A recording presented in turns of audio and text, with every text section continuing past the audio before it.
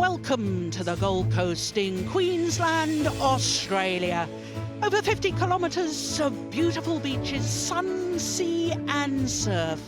And next year it's the host city for the 21st Commonwealth Games.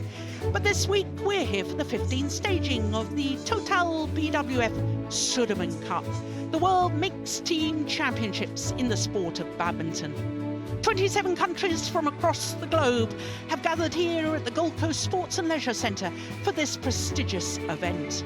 Those 27 teams were divided, according to their Players' World Rankings, into 3 groups or divisions, with the top 12 nations all in Group 1. Those 3 groups were then subdivided further, with 4 subgroups in Group 1.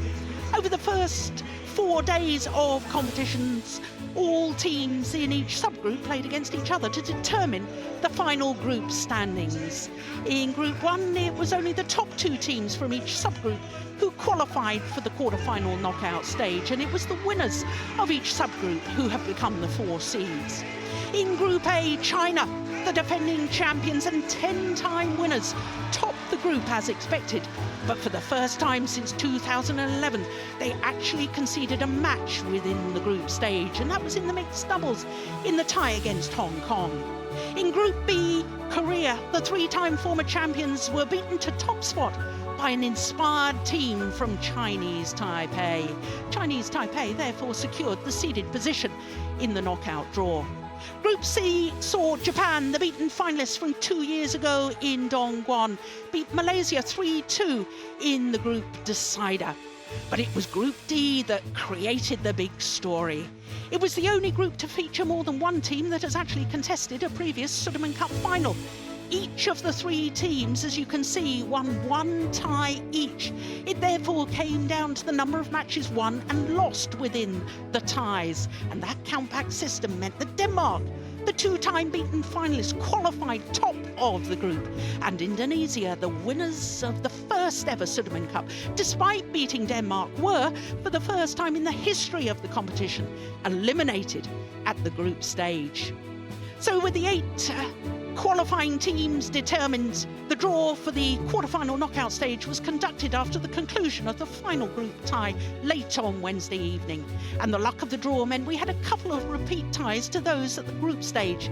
Yesterday evening, we had the first 2 quarterfinals, and those were from the bottom half of the draw. Korea reversed the result of the group tie and beat Chinese Taipei 3-1 to book their place in a 15th semi-final at the 15th staging of the Sudirman Cup.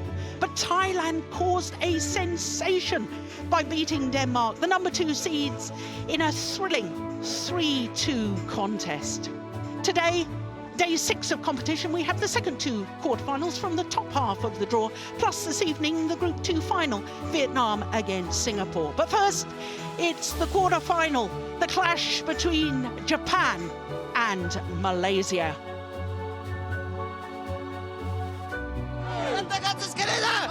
Japan, beaten finalists at the last Sudirman Cup and seeded 3 here for the knockout stage, have real strength in their female players. They have the Olympic gold medalists in the women's doubles and the bronze medalists in the women's singles.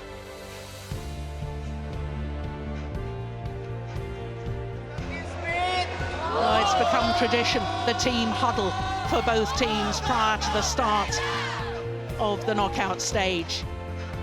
And for Malaysia, their strength, in contrast to Japan, lies with their men. Their squad features the 3-time Olympic men's singles silver medalist Lee Chong-wei, and also the silver medalist from the men's doubles from last year's Olympic Games in Rio de Janeiro. Now, of course, the Sudirman Cup competition comprises of 5 matches, 1 of each discipline. But unlike the group stage, once the tie is won, any remaining matches are not contested. So for this quarterfinal, we're starting with men's doubles, and Kamura and Sonoda, the former world number 2s, are up against the former world number 1s, Shem and Kiong. Then it's women's singles and the Olympic bronze medalist Nozomi Okuhara against Cheah. Then it's men's singles and Nishimoto from Japan takes on the 3-time Olympic silver medalist Chong. Then more Olympic medalists in the women's doubles, the world number 1s and gold medalists from Rio de Janeiro. Matsutomo and Takahashi are up against the Commonwealth Games gold medalists Vivian and Woon. And I wonder if it all come down to the 5th match in the tie. The mixed doubles, Watanabe and Higashino are scheduled to play against Tan Kiang-meng and Lai Pei-jing. So, as in the group stage, I suspect that this first match, the men's doubles within the tie, could prove crucial.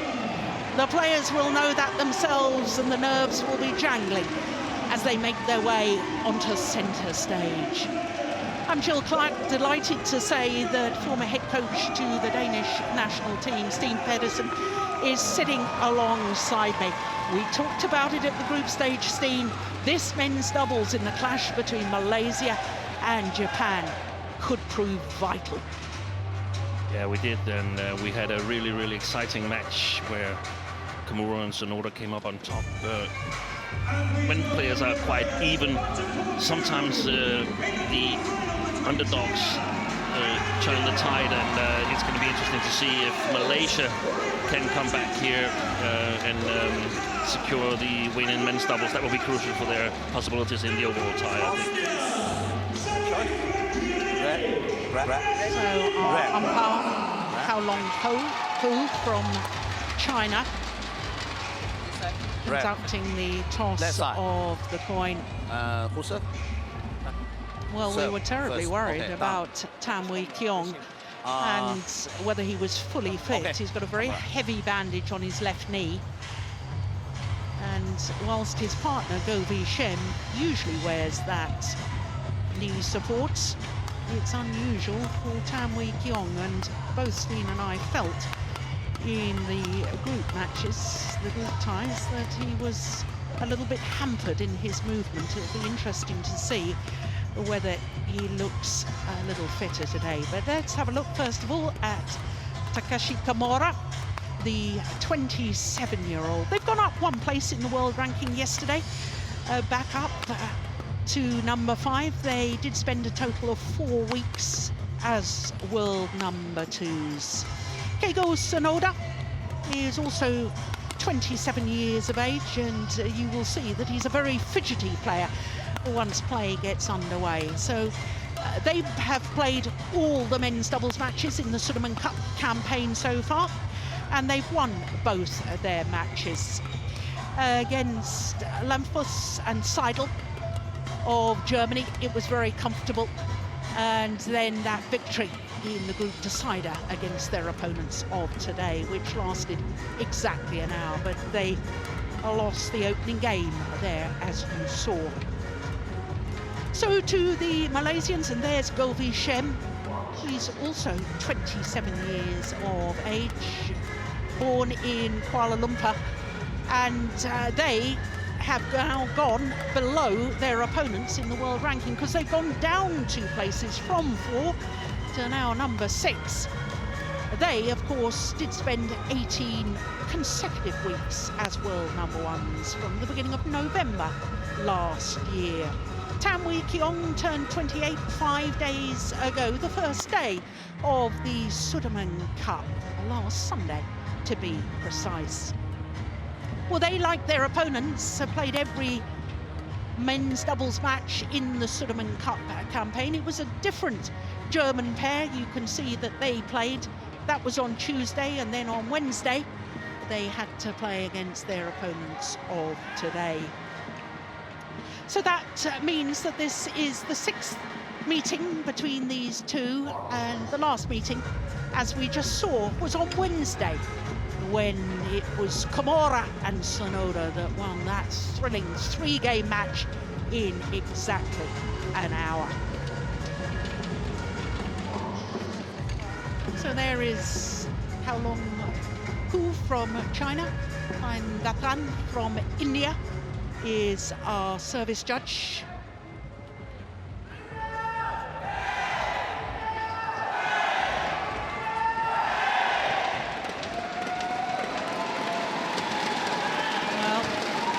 Certainly doesn't seem to be any problem with the movement of Gobi Shem, their shadowing movement, leaping in the air. Look at him. I'm guessing part of that is just to get rid of some of the nerves.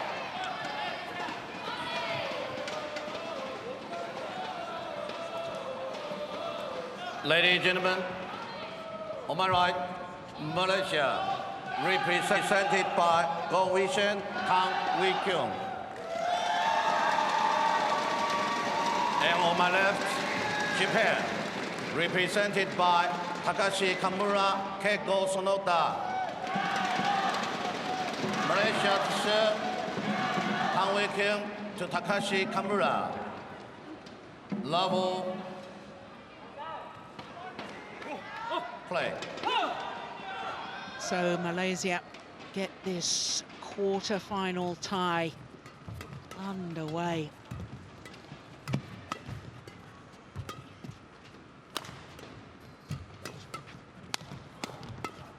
Here, a pin drop, couldn't you?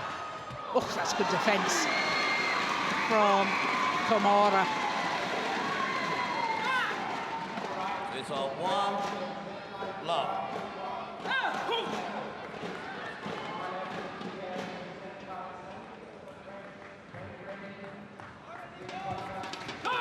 That was a bit of a shaky low serve there from Keigo Sonoda.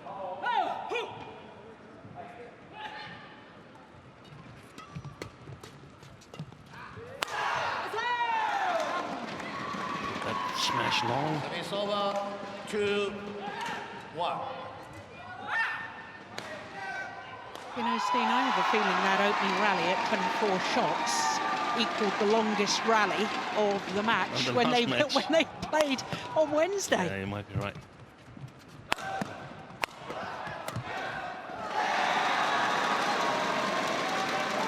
In these team matches here, we often have comprised of 5 matches. So we often, in these 5 matches, have some pretty uneven matches because all the countries are not equally strong in all the categories and so on. And so sometimes it comes down to one match, and I feel that this match here has enormous importance in terms of who's going to win this overall tie. 3-2. Of course, one of the key things, as you said, Jill, the bandage on Tanwi Kiong's knee. We saw the Japanese coaches very animated. It's over. Was it yesterday they played, or No, it's before? 2 days ago. Wednesday. Yeah. So I felt they had a read on the Malaysian pair. Really wanted their players to believe, and they did. Oh, service fault calls on Keigo Sonoda. That's not a good start when you think back of how poor the first service was. And now he's faulted.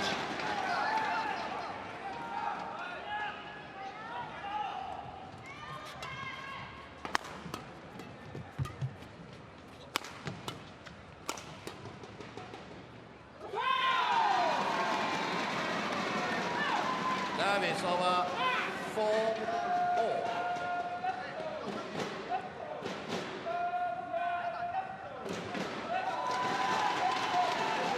We also noted in the match 2 days ago that Tanwi Kiong wasn't moving freely with that bandage, and as you said, Joe, Kobe Shem is much more used to play with his, and it's smaller than Tanwi Kiong's. It's quite a big bandage. Yeah, and just did you see his movement there? Yeah. As he lunged forward to the net, Tanwi Kiong, that didn't look... And I was actually a bit concerned about what the injury was, so I talked to the Malaysian head of sports, Morten Frost, and he said it was a crack in the meniscus, which was actually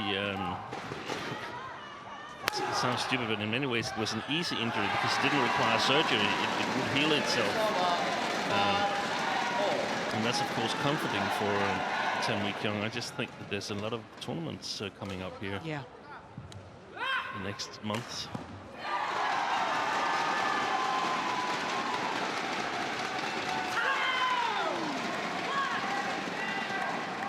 It's over 6-5.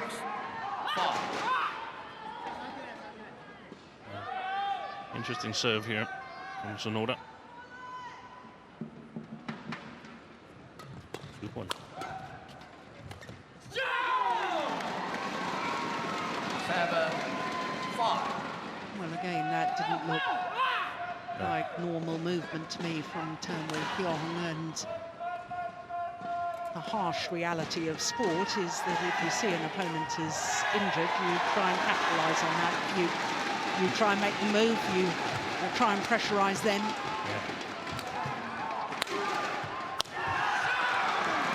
Now, 8-5. the error.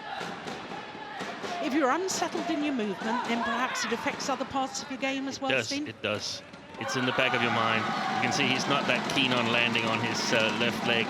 Normally, the left leg would be much more to the left side in order to break his movement left and make sure he would be ready for the next shot. But that's one of the things that we've seen, that he's not really keen on putting a lot of weight on that left leg.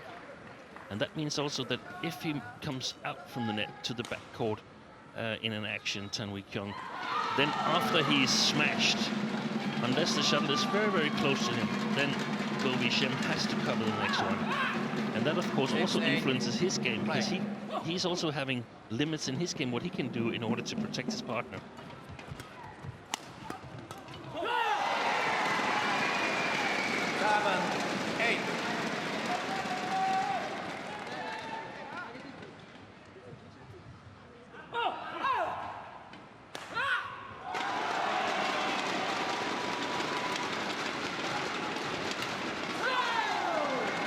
It's over 9-7.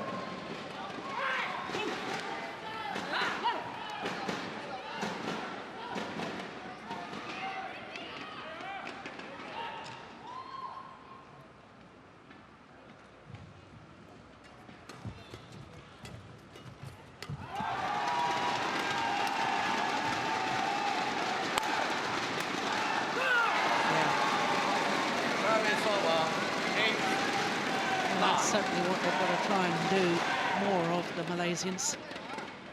Get Tae Kiong to the front of the court and Shem get his attacking play in such a position that will get the reply in the hitting zone of Tae Kiong. They simply got to have more agreements on where to hit. So again, it leaves Shem with a lot more limitations on what he can play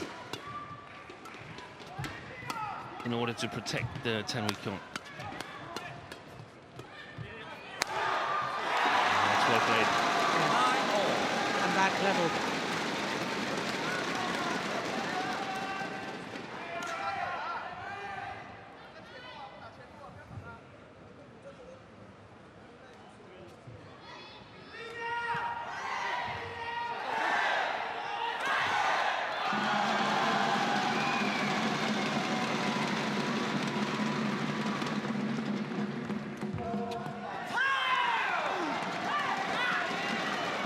It's over 10-9.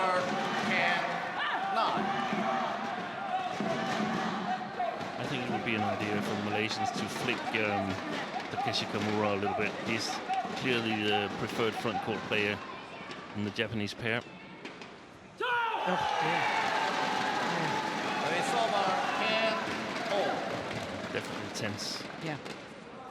Sonoda.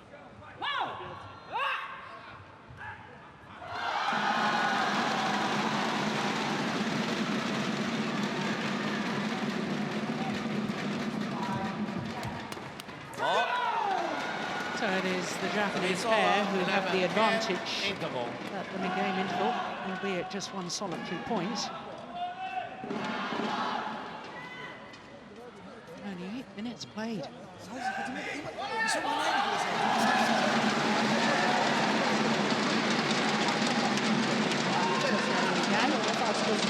有的时间他们是重复会给你的，发了抓，没有把你这个时间抓紧点，第二个时间抓紧点，没有啊？有时候你不拿，你就给后援打，要果断点，不然还没有准备就发了嘛，那种感觉，没有啊？接发也是这样。上去就往上面投，没有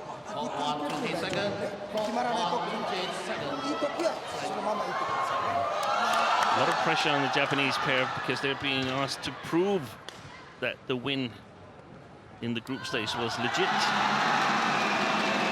We had that same situation 2 years ago. At that time it was the Malaysians who had beaten the then world #1s, the Young Sung, in the group stage. Asked to prove that it was legit in the knockout stage. 11, 10. They couldn't muster up a new win. Play. That's a good point.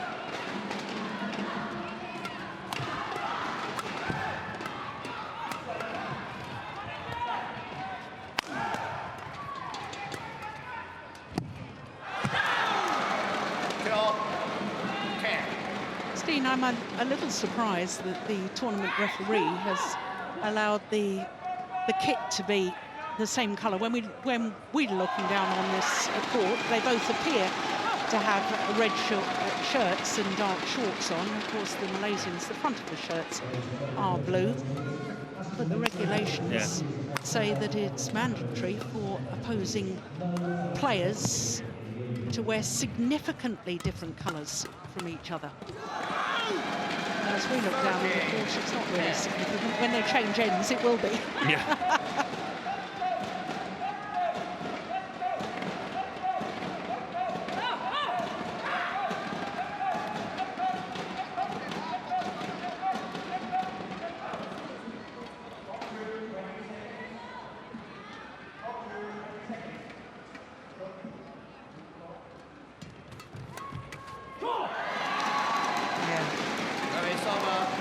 When it's within his hitting zone, Kiong, his play from the front is astonishingly good. So for the Japanese pair, for Sonoda and Kamura, it's about getting Kiong away from the net, getting to move. It's over 14-11. So adding to his woes, Kiong with a service error.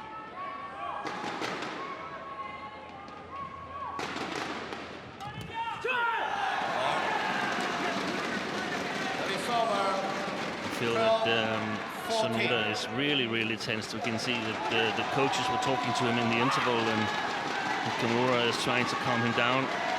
He shouldn't have gone for that one. That service return from goalie Shem.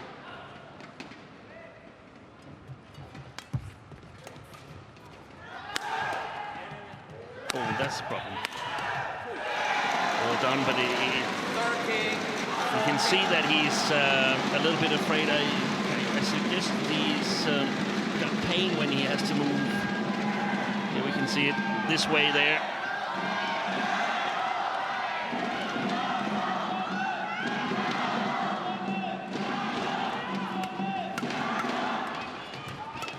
Good coverage by Kamura. Read that all the way from the body position and the racket position of Kiong.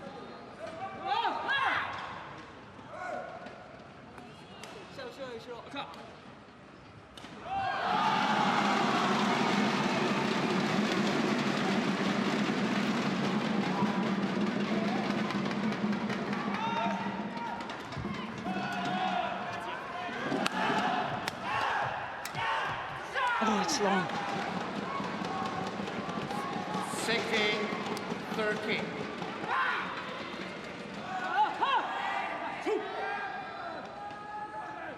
He just doesn't look quite as natural at the front of the court, goalie Shem, does he? And suddenly an idea of putting it across there. I don't see why. Just maintain the pressure on Keigo Sonoda. 14-16. Sonoda got his strength in the flat game and the attacking game, very agile on the back court.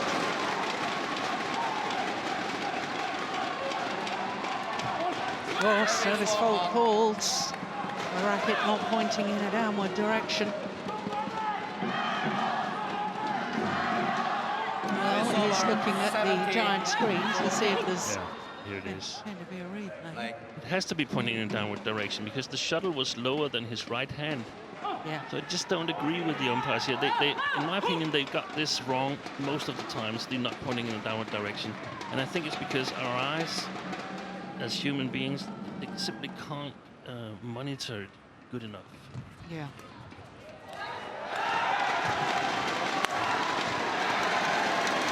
It's over 50-17.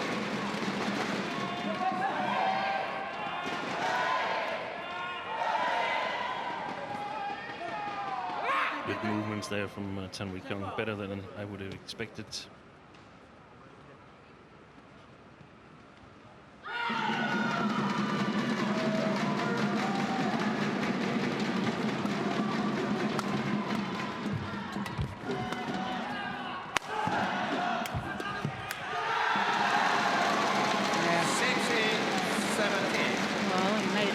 Of it the last time he was at the nets and tried to play that winner. That time it was perfect from Govi Shem.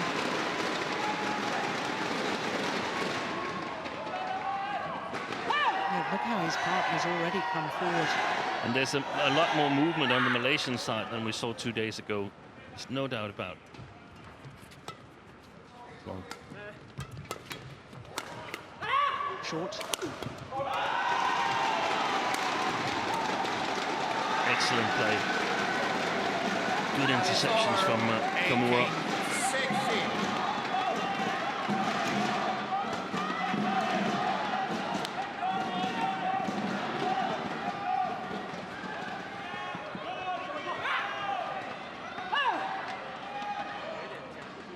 Right.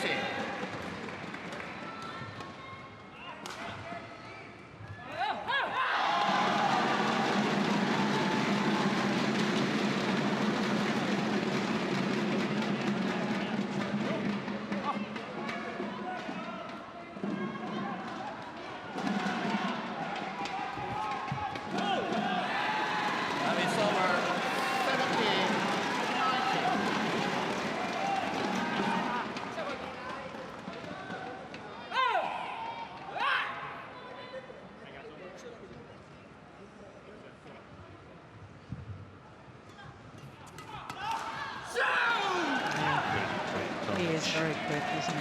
He's been the dominant player in this first game, Takeshi Kamura. Japan now with 3 game point opportunities. Right.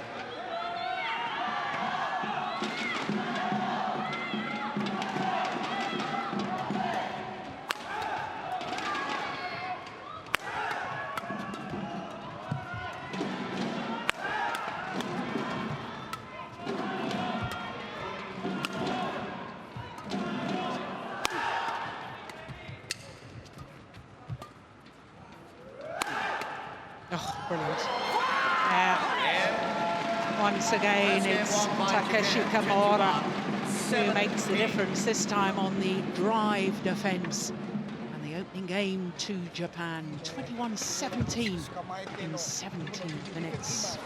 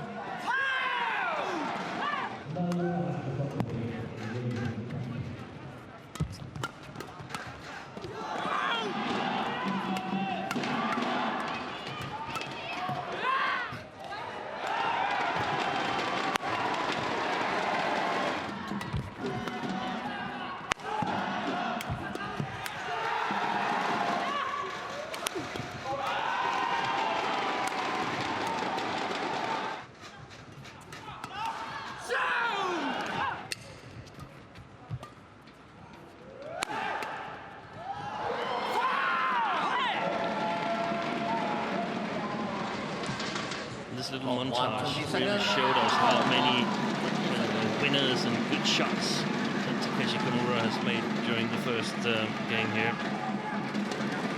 And I think the Malaysians, they've got to be even more focused and disciplined in getting Keigo Sonoda activated in the defense and the net game. And it's not easy for them because I don't think they're used to playing this style here where they have limits and so on. They're used to playing very freely because they're so strong in the flat game, the defense, also very strong in the attacking game until Kiong is the full force.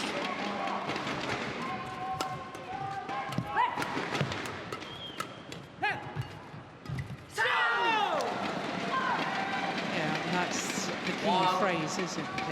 When he's at full force, because he quite clearly isn't at the moment carrying that injury. So it begs the obvious question, Steen: why select him?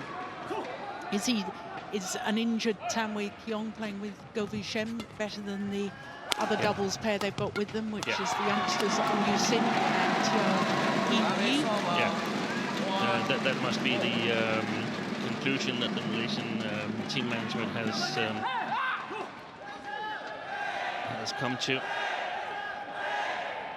Men's doubles is really, really hard to field the scratch pair. We saw it yesterday where Korea successfully played a new combination in men's doubles to win the decisive tie against Chinese Taipei. Sorry, win the decisive match in the tie against Chinese Taipei.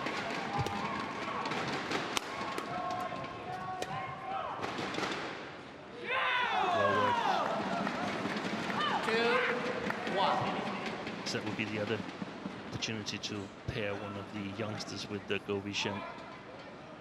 Yeah, it is. I think huge I would, risk, though, isn't it? It's a very big risk, and I think I would have gone for that solution rather than fielding two unexperienced players. Yeah. 3-1. Well, the scoreboard is round the wrong way. The umpire hasn't actually noticed this because it is the Japanese pair that are 3-1 up.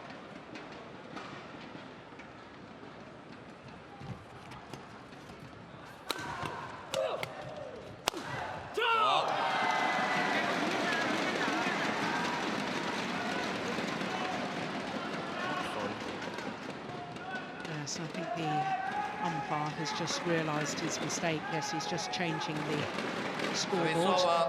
2-3.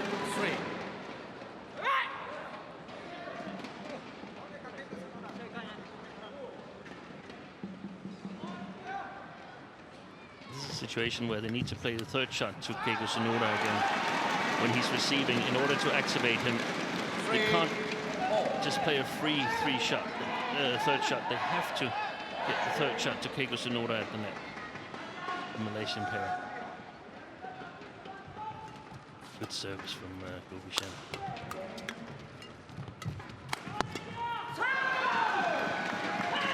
But isn't that... I understand your theory, because you don't want Kamura, if you're an opponent, you don't want Kamura at the net because he's so good there. But perhaps playing back to the nets, if you're going to do that too often, I suppose it's the mix-up of varying it a little. Yeah, but in my opinion, there's no other choice here. If they... It's not about... I don't want Kamura at the net. I don't want him anyway. Because he's clearly the best player. Yeah. And Sonoda is sort of a backup or a playmaker. He has to set up things for Kamura. But every time Kamura has got the shuttle, something bad happens to the Malaysians. Yeah. Oh, he's run off to change his racket. Yeah, my goodness. They're quick, these boys. Well, they needed a net cord to finish off the rally.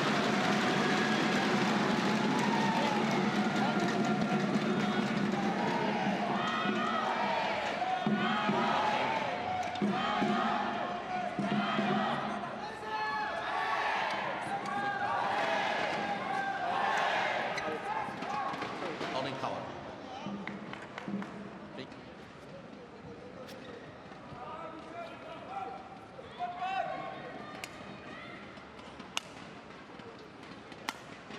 break. And just to follow up on this, it's the same when the Japanese pair is serving. 5-4. Then the service return from the Malaysians should always go to Sonoda. If he's at the net, Right. return to the net. If he's at the backcourt, return to the backcourt. Because he's simply not making as creative shots as his partner. 6-4. Well, he knew the strings had broken. Off he goes. Whoops, missed it first time. He tried to grab it with his left hand. What was he doing? Wasted vital moments.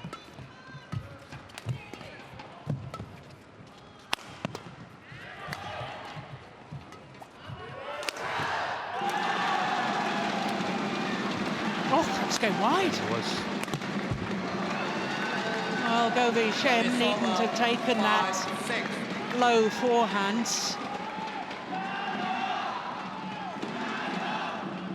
That one. Oh, yeah, it was going Really well wide.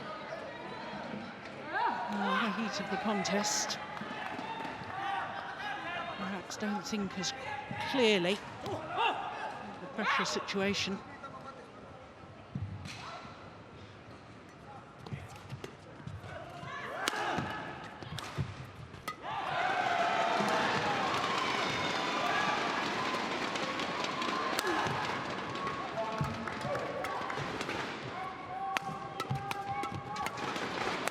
Well played.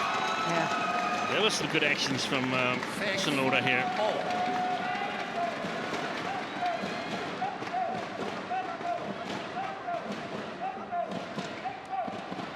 Well, certainly the longest rally of this second game, and that's the longest of the match.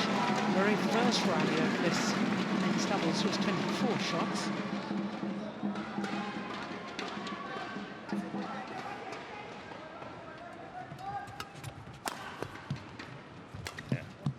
There was a situation. Normally, Tanwei Kiong would have gone for that cross lift.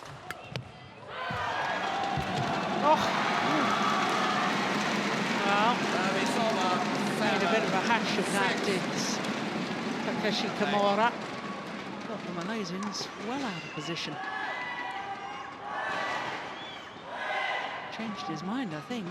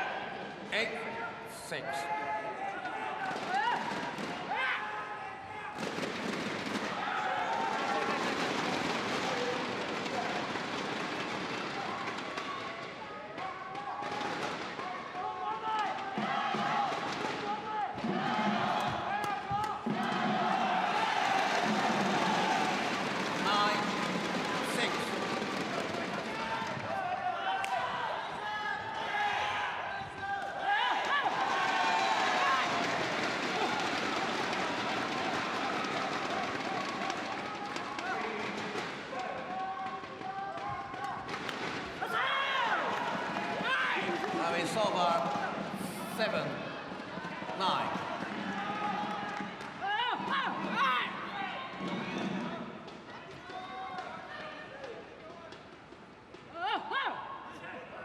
Break.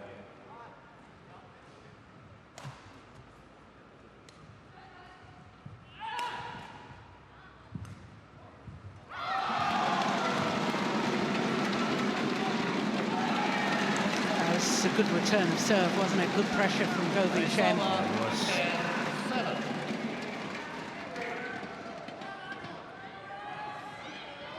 Clever blocks from Tanwei Kiong as well. So taking the pace out of the rally. It's so important if you can play the shot with pace, but just as much pace as it drops below the tape before the opponents can hit it. Service over. 8-10.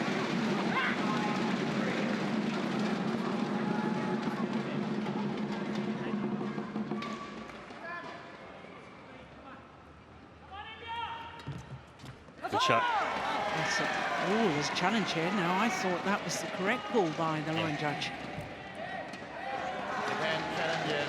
I would think half of the cork is outside of the white line and the other half is inside.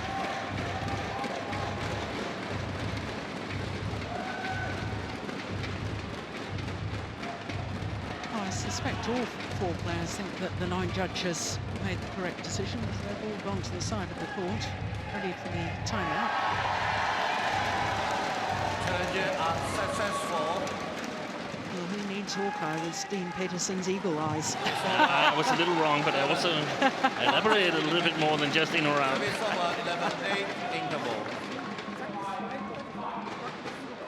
So a 3-point advantage for the Malaysians here in the second game.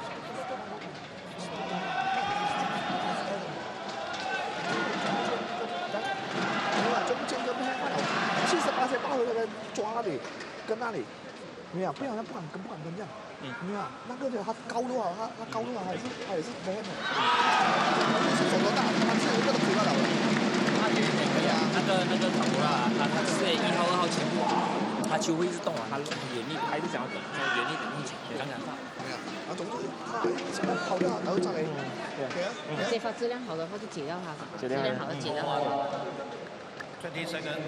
Call 1. 20 seconds.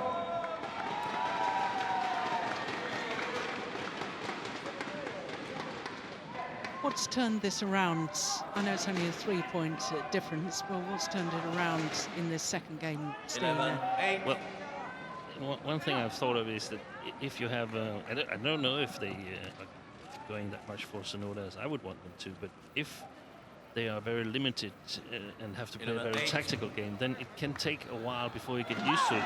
We sometimes also see it in the interval, like for instance now, if there's something that needs to change, then first the opponent goes to 13-8, and then suddenly you'll figure out there's perhaps a few directions more from the coaches and so on. Then, oh, that was what they meant, and now we see it.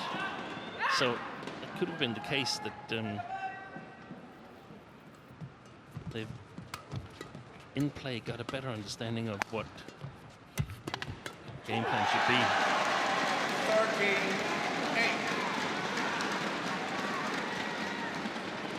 Well, the court's going to Also tell me. need to be mocked. Must tell me. Yeah.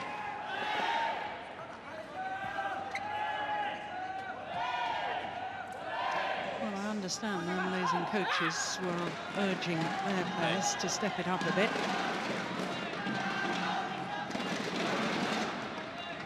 It does bother me, I have to say, when I watch the Malaysian pair play sometimes, that their defence is so good that they become a little bit negative because they know they can just defend. Yeah. And I think at the moment they have stepped it up a bit. I think they're looking to attack more.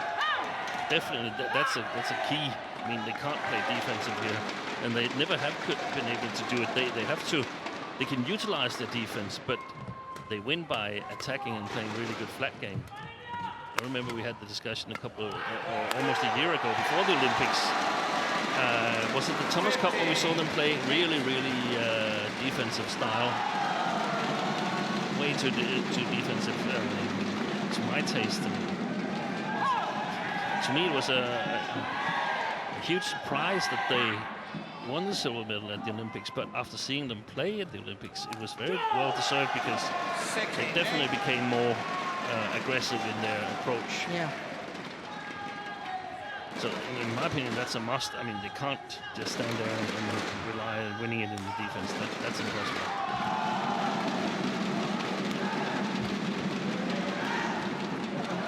Well, their run of points comes to an end, but those 6 straight points have actually put a very different complexion on this second game.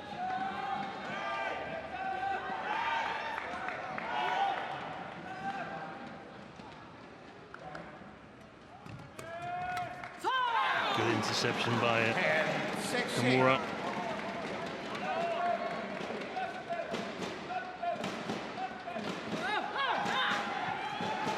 Yeah, gone past him.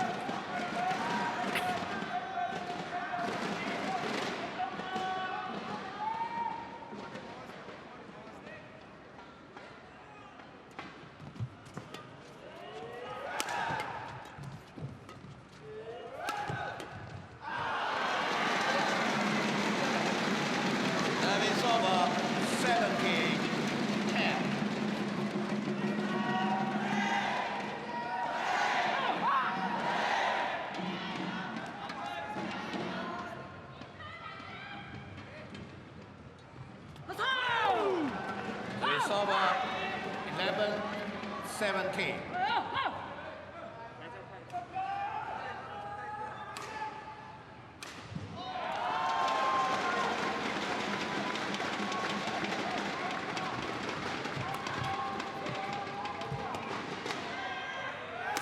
Oh, my goodness, strings went. 12-17. Big power. Look at that. Who takes it even on the left side of the court? It's still Kamura, even though he stands in the right side of the in the right side field. He still takes it quite a bit over in the left side. Definitely a more constructive player with the Japanese pair.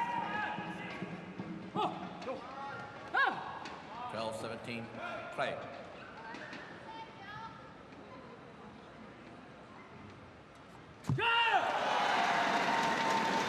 Well, I make that Service over. at least his 18. second service error, and he's had 2 service faults scored on him as well.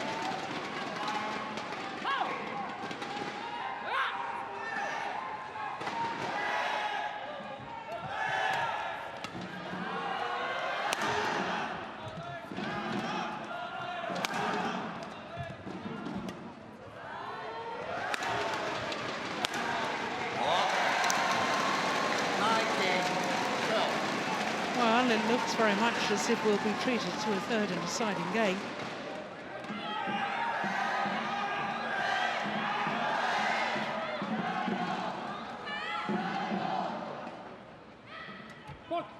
Service fault, ball struck above the waist, says the service judge. Well, Kamura is the only player who hasn't been called for a service fault in this match so far. Service over. 13-19. Right.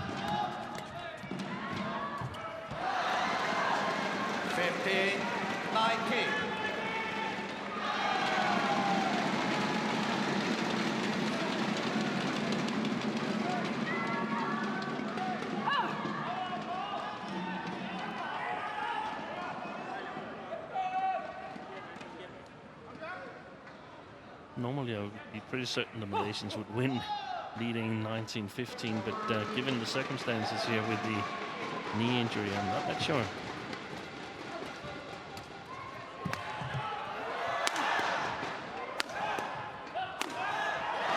Well played from Gobi Shem. Service over.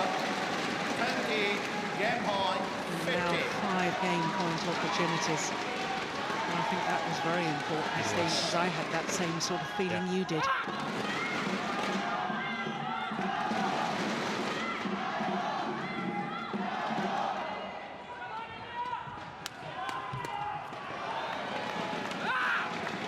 Service over. Situations like this where they lose more quick points than when they're at full strength. They still play well when controlling the rallies, but much more easy points for their opponents. Now Sonoda's serve. Yeah, another error. Made a service error the last time he tried serving. And that's gifted the second game to Malaysia. 21-16. 1 game all confirms the umpire. 38 minutes into the match. Now, this third and deciding game could prove vital. Vital for the overall tie.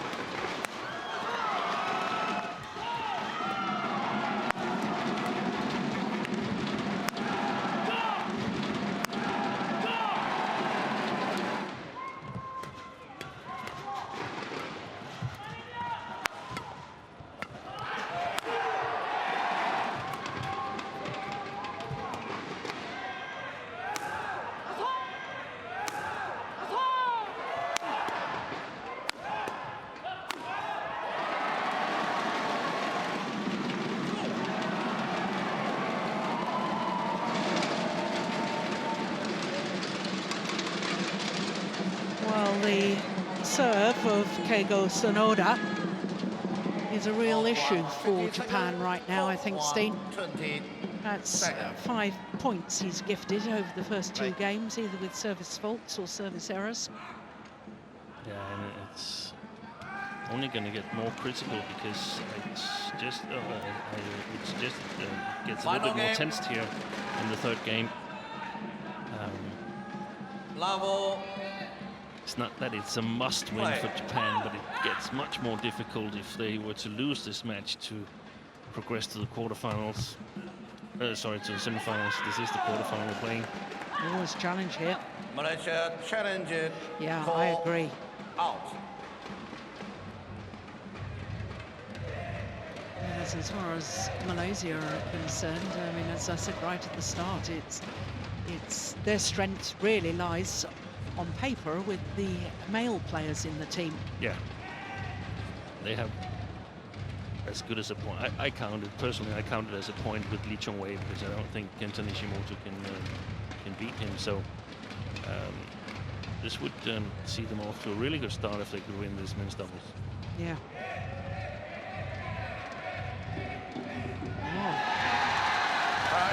And I think Good challenge. I think Go picked up on the cheering by the Japanese player. I think actually the Japanese player influenced the line judge here, and I think that's what Go picked up on and decided to challenge.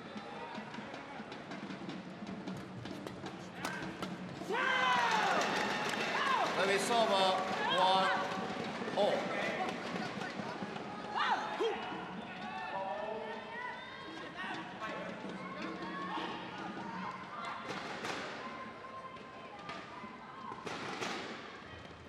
Good service.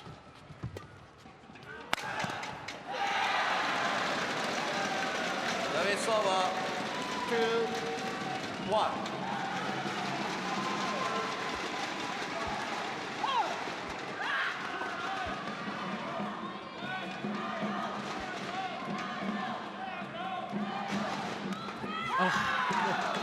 What a return of serve. Service over. Seemed to crawl up and over the net.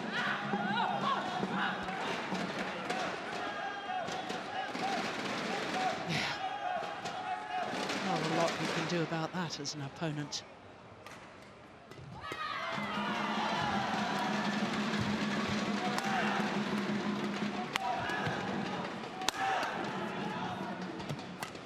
Oh, he read that.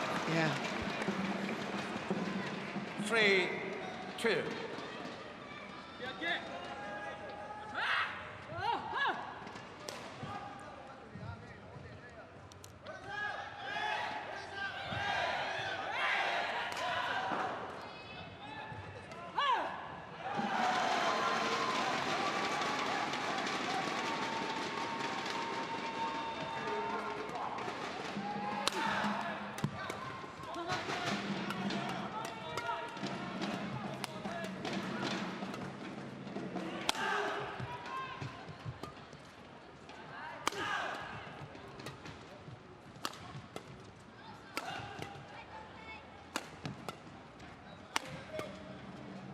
Here's all the defence again from the Malaysians. Yeah.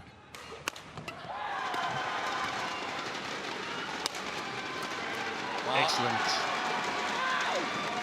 Excellent interception by Kamura after good rotation. In the beginning, I didn't mind the Malaysians working Kamura a little bit on the backcourt, but Japanese cleverly rotated. Right.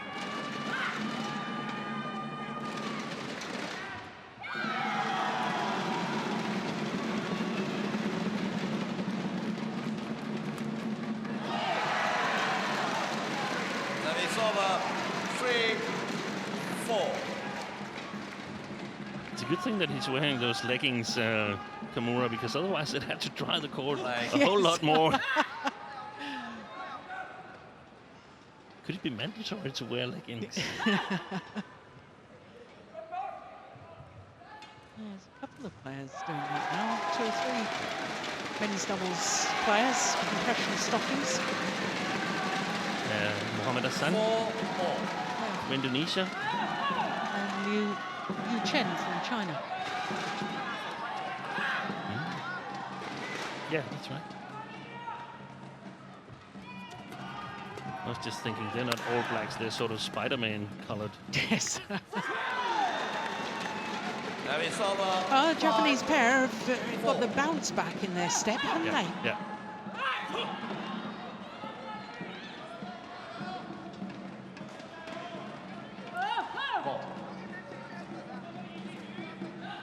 That's a problem also when he has to intercept in the around the head side, Kiong, because normally you step back on your left foot and can bend your back backwards.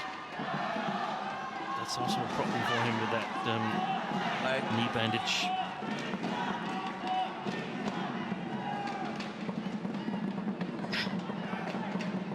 I think it's a good thing when you see Sonoda all fidgety. He didn't look so fidgety in the second game. I think he plays better when he's got the twitches.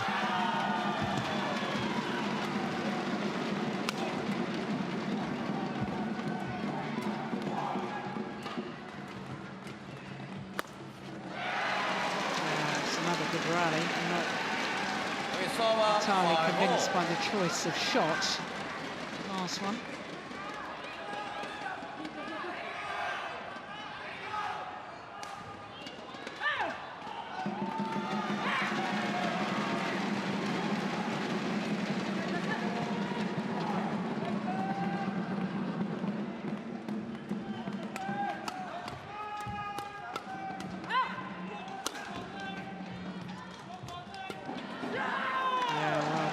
Kamura once again.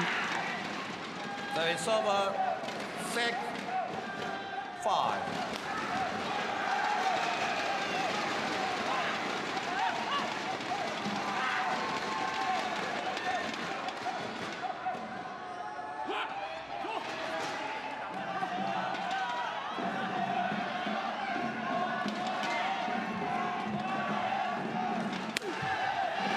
Wow.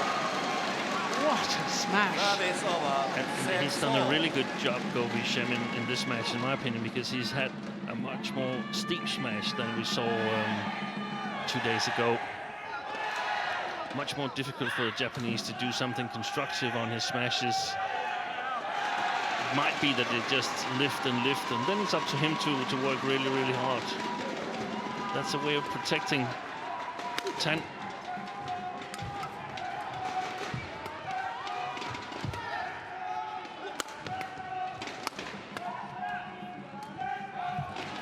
Clever, yeah. Very, very clever from Kamura. The disguised drop shot in front of the injured Tanwi Kiong.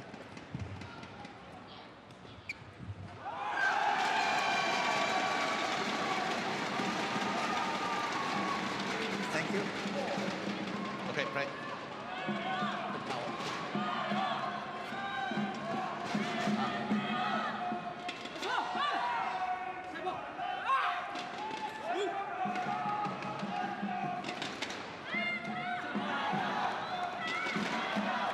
I 7-6.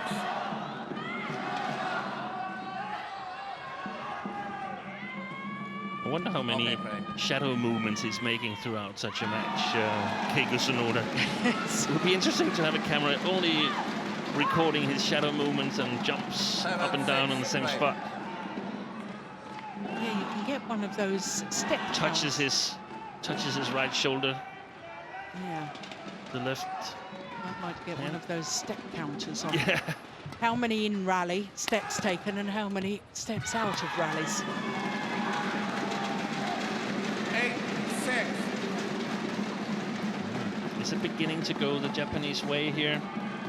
I feel the rallies, they are a little bit ahead of the Malaysians. I'm wondering about the influence of ends, though, Steen. Yeah, that's also a very interesting observation. I'm trying to remember back to Wednesday when these two 8-6. teams played against each other. I have a feeling that the Japanese pair finished that far side of the court.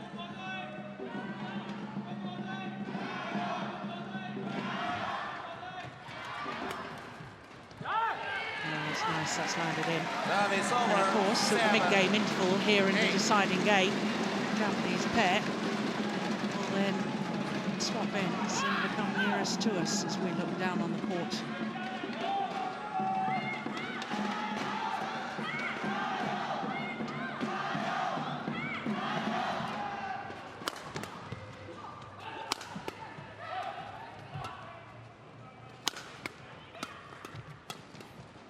Well played. Yeah. That's his force, Keigo Sonoda. That's where he's really, really good.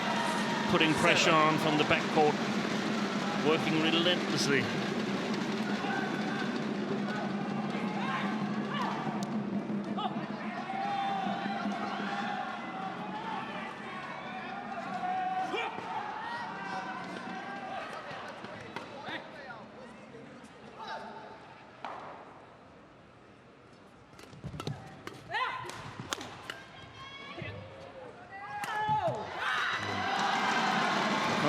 Which of the sides they were on, Jill, but I'm trying to find the point graph, and it was very, very close up to the interval in the third game, where after change of interval, the Japanese pulled away. So it sounds very plausible that they were finishing on the far side of the court.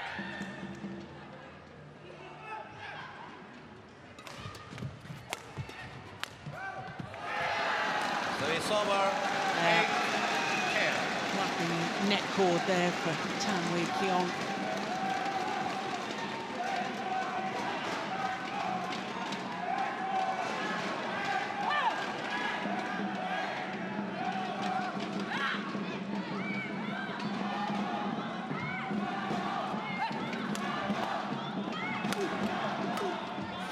Well worked. Service over. 11, 8. And it is the Cheah, Japanese 10. pair who have a 3-point advantage at the change of ends here in the deciding game.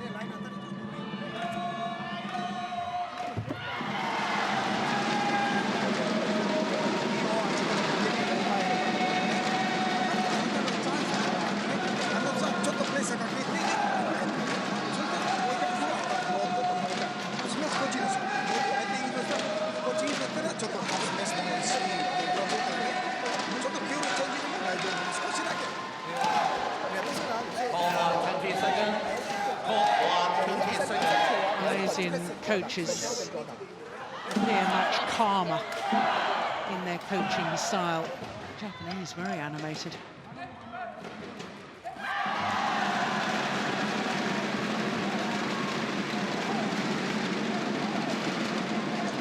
Important first 3 rallies here. 11, 8.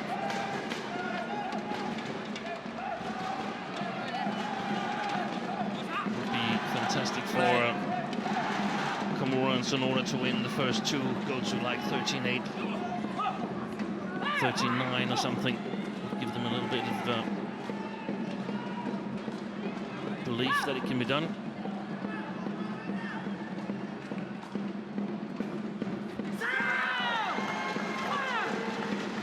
Oh, that's a huge pity from a Malaysian perspective, because I don't think it was the best of serves from Sonoda.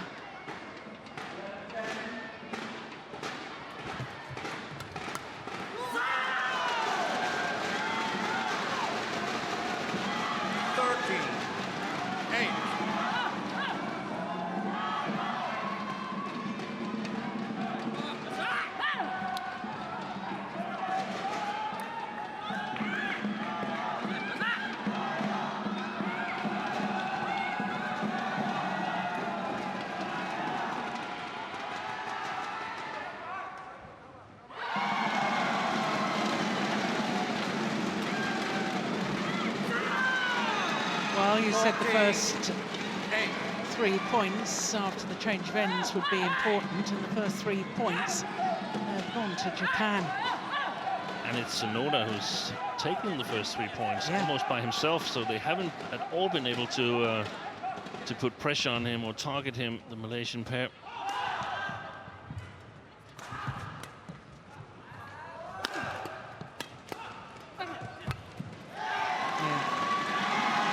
started with a good return of serve. 14. At the top of the tape and tripled over. Sonoda did well to lift it as he did. They were always under pressure after that.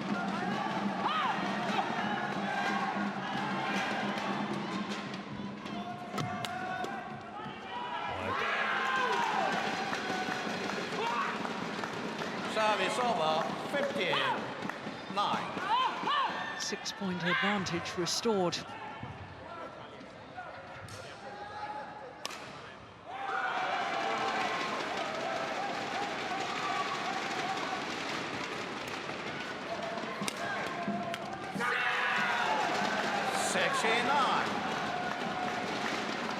He's been off since the interval goal, Shem. Started with that service return in the net.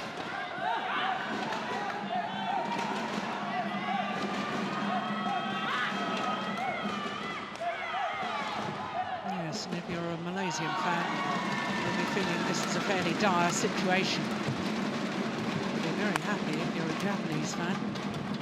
Yeah, and they've gotten confidence.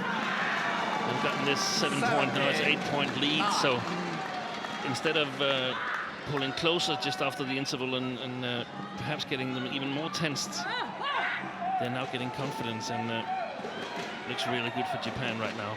Yeah.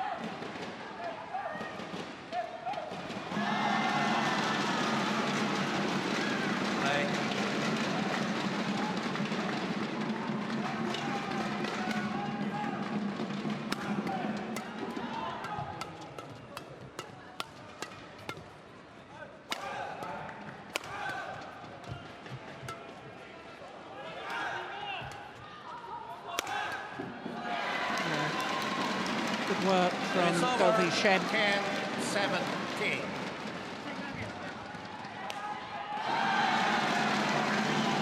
He's got such an effective attacking play with the steepness of his smash. It always makes me a little bewildered as to why so often we see the Malaysians content to defend. Yeah.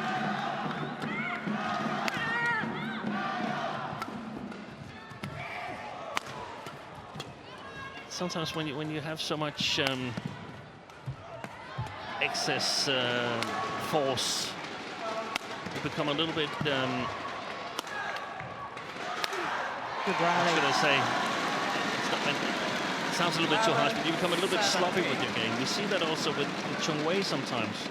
He's got such a force in his speed and his technical skills and so on. So very often he doesn't play strictly tactical correct. He can afford to get into bad situations because he can use the skills to get out of them again. The problem is when you really need someone who matches you or almost matches you, then it becomes important to be disciplined.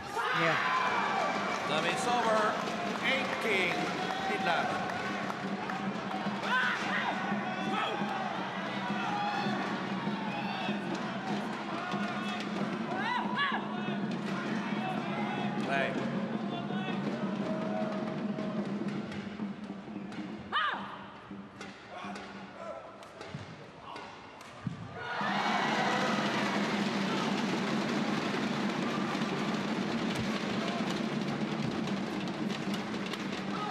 Probably the best serve that Kamura, Sonoda, sorry, has played all match, isn't it? That was a lovely one.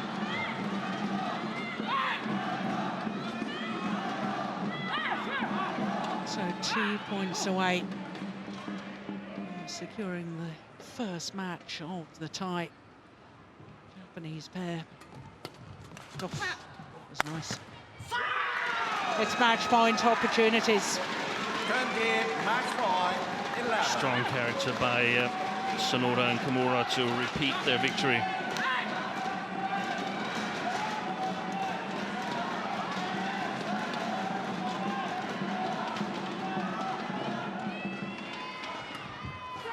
That's gone long.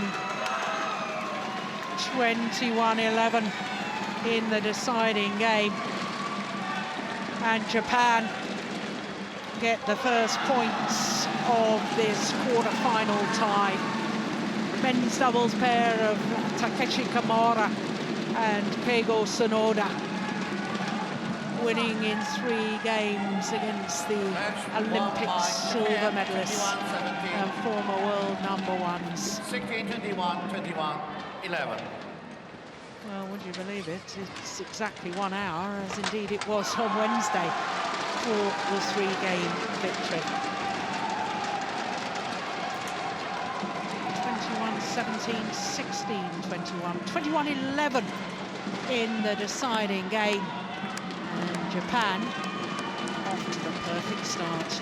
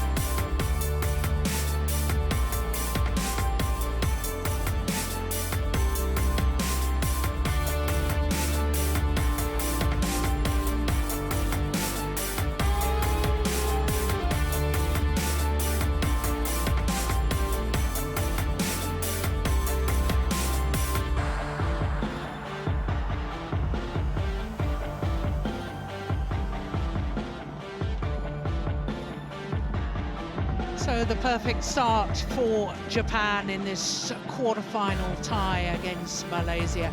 Men's doubles pair of Kamura and Sonoda coming through in 3 games against the former world #1s.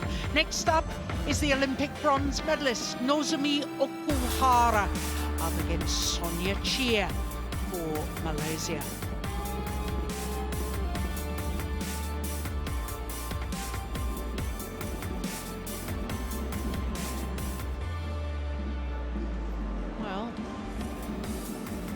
Golf in experience between these 2 players, and it's the younger player, Nozomi Okuhara. There she is with the Reds top on. Despite being younger, she's been on the World Tour more regularly because poor Cheah has gone through a whole catalogue of injury woes all started in August 2013 when she ruptured an Achilles tendon during training, underwent surgery, and then she got an infection. She's had a total of 4 surgeries on her Achilles.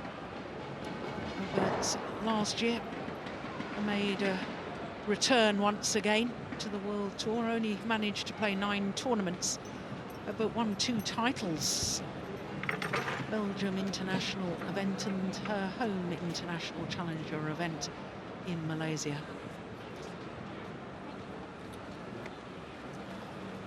Lovely to see the very talented Sonia Cheah back on court again. And this is her first match in the Sudirman Cup campaign this year. That's time. Okay. Now Sonia Cheah says, I want to start that far side of the court, so the players will change ends before the warm-up period commences. Nozomi Okuhara,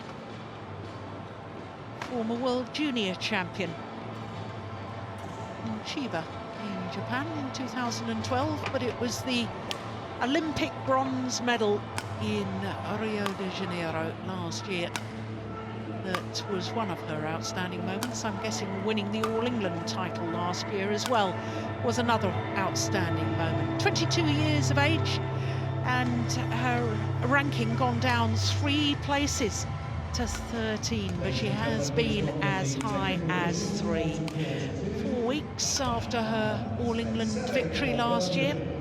Now, she played the first of the group matches against Yvonne Lee from Germany, and then it was Ikane Yamaguchi who was selected against Malaysia. So these 2 players from Japan able to share the work throughout the campaign. For Sonia Cheah, she will turn 24 next month, born in Kuala Lumpur, and she has gone up to a career high yesterday of 32, went up 2 places to become the top Malaysian, because Go Jinwei has gone down on the world rankings. And as you can see, that just confirming what I was telling you. This quarter-final is her first match in this year's Sudirman Cup campaign. So this will be the 3rd meeting between these 2 players. Of the previous 2, it's Okuhara has won both of them, but the last time they met was 5 years ago in the first round of the Vietnam Grand Prix. And I think, Steen, we can safely say that both players, well, one's had terrible woes in the interim period and one has gone from strength to strength. So I'm not sure how much we can read into that as we look at our court officials, Mike Wright from England and Trish Gubb from New Zealand. It's too long a period since the last time they met to really read anything into that. Yeah, it is. We can't use it at all. And if we should read anything into it at all, I would suggest that the distance between 2 players had been even bigger. Yeah. Yeah. They've been in a nice situation in Japan because they've been able to play both their women's singles, so their opponents are really kept guessing as to who they are fielding in the lineups. Yeah. Haven't really been under pressure on the women's singles. Well, the traditional little talking to herself before she enters the court, and a bow to the court before she enters from Okuhara. And before the match gets underway, she'll do a little bow to all court officials in all directions.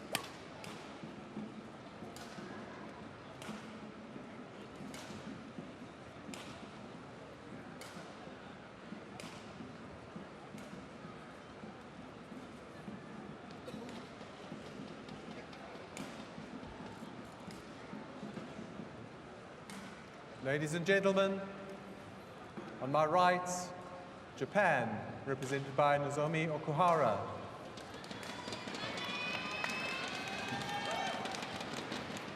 On my left, Malaysia, represented by Sonia Cheah.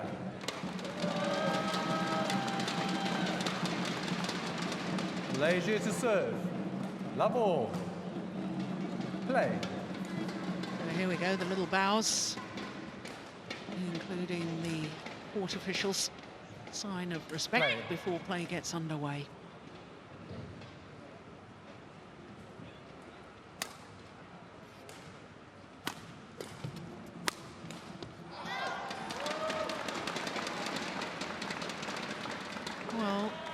Well, Steen, I totally agree with everything you've said about the gulf between these two players, perhaps even greater now than when they last met 5 years ago.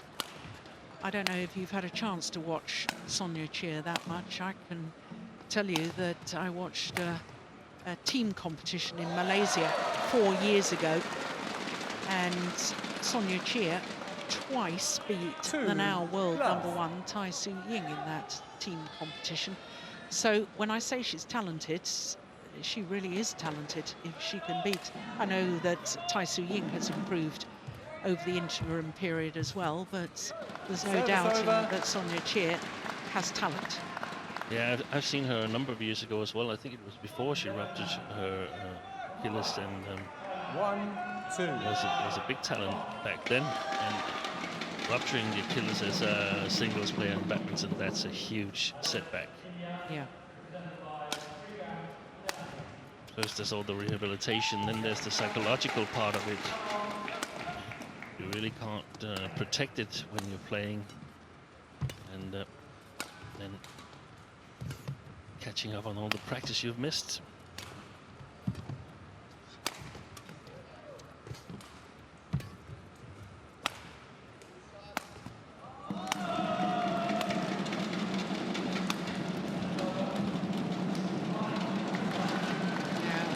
Idea. 2-all. I'm guessing that the fact that Go Jin Wei lost the women's singles in the group tie between Malaysia and Japan, you might as well try somebody else. Yeah. See how they go. Yeah, definitely. And the same, Go Jin Wei is pretty much the same stature as Nozomi Okuhara and Akane Yamaguchi, and she was clearly overmatched in the match against Yamaguchi. Okuhara is even faster, so 3-2. this is where Sonia Cheah has a little bit of an advantage. That's in the reach. She's 20 centimeters taller than Okuhara, and that's worth trying to see if you can exploit that. So much more stature of, for instance, Sung Ji-hyun, Malaysian here. 4-2.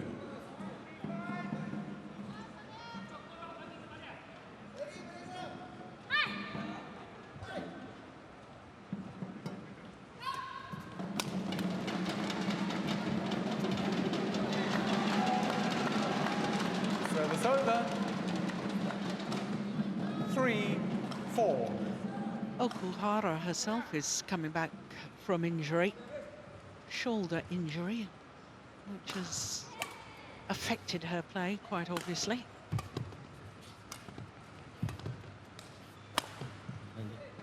It's not very common for singles players to get shoulder injuries. It's normally doubles players we see that. 4-all. Yeah.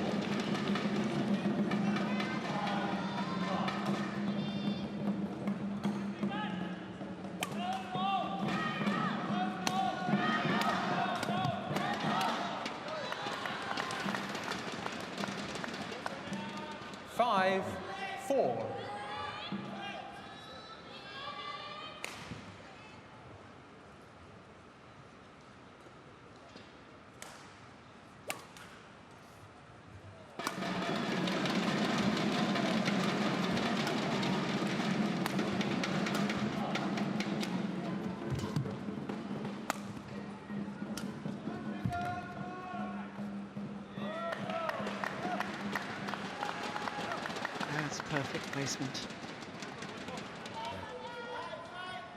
6-4. Yeah, right on the line.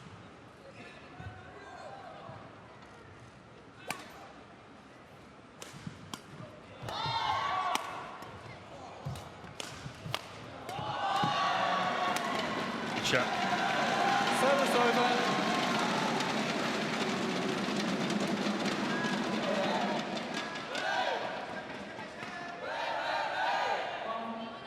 And I think that's the battle we're going to see here in this match is the shot quality of Sonia Cheah.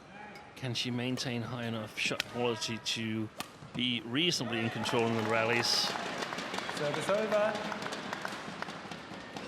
Well, that was a magnificent disguise on the slice drop there from Okuhara. It was.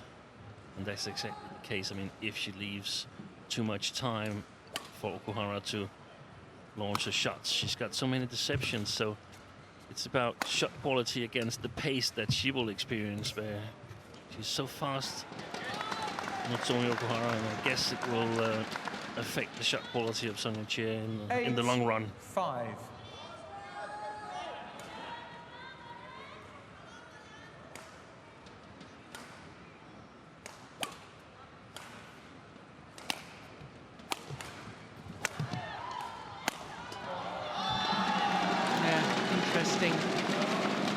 Change in tactics there, using the body smash. Very clever. 9-5.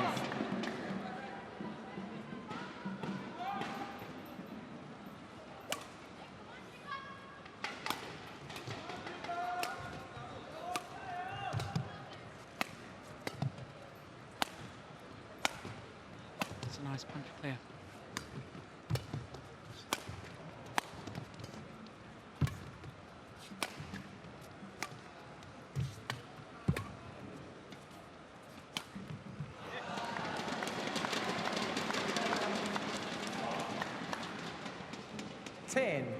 Five.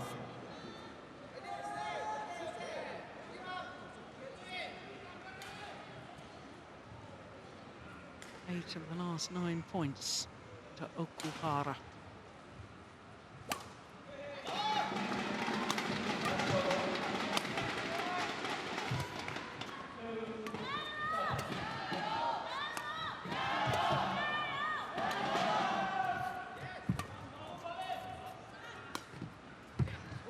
Oh, it's just wide.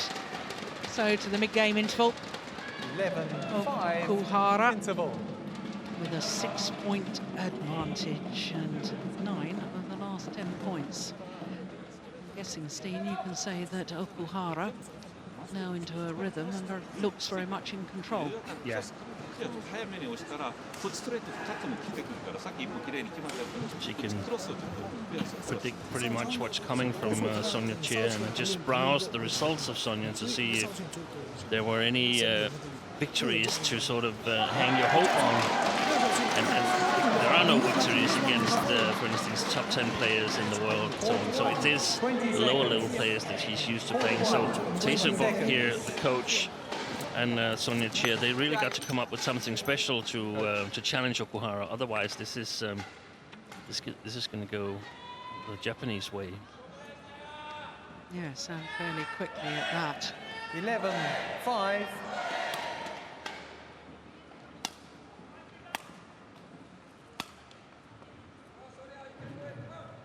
Play.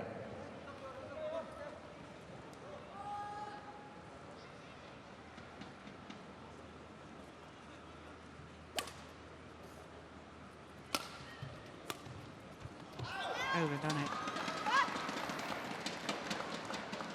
I think maybe we're being a little harsh there, Steen, because of course 11. Sonia Cheah coming back from 4 surgeries, her world ranking had perhaps even was non-existent, and That's therefore right. she would have had to play the lower tier of tournaments to get any sort of world ranking again. She hasn't really had a chance to play top 10 players. No, exactly. That's right. Oh, that's nice. That's very nice. 7. Because before the 11. injury, not only those couple of victories over Tai Su-ying, she also beat the very highly ranked Bae Young-ju from Korea. She had 3 games against Sung Ji-hyun, who we watched last night in the first of the quarterfinals. So, you know, if you're taking those players to 3 games or beating them in years gone by, and you've been out with injury, Shows the level of talent It's that over. she's got.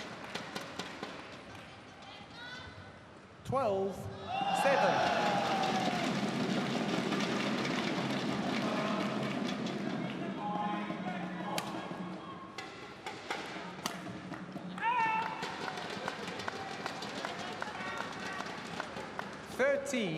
Seven.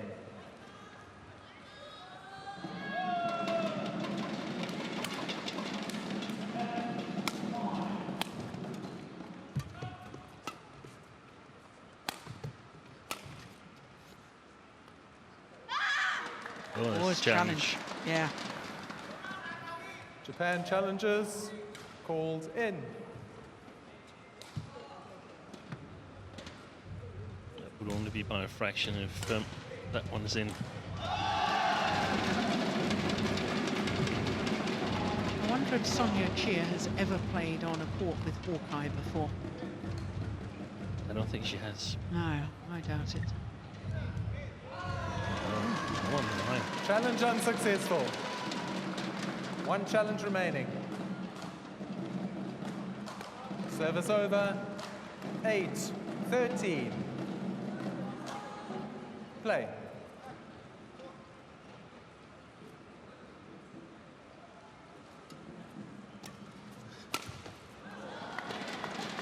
Service over. 14-8.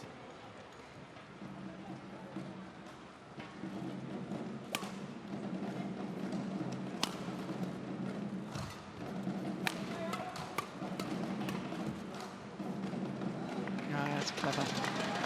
Little hold and flick over the head. 15-8.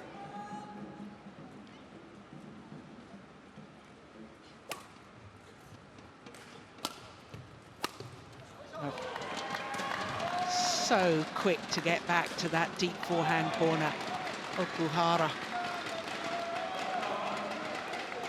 And it's normally a nice 16-8. attacking clear from Cheah, but the problem is that Okuhara is fast and not that tall, so she just gets under it and has all opportunities, so she has to push them a bit more, the clears, for them to be effective. Cheah. 17-8.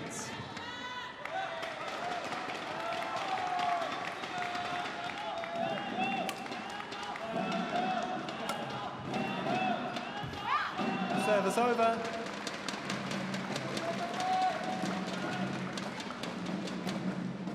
Nine, 17.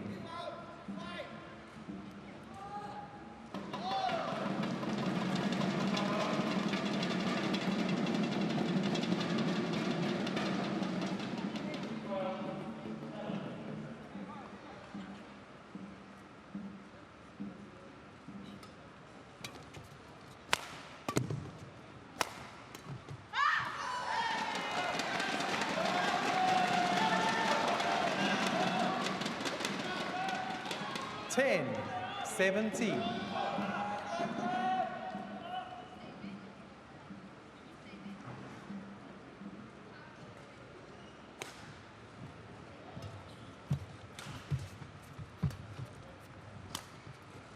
Service over. 18-10.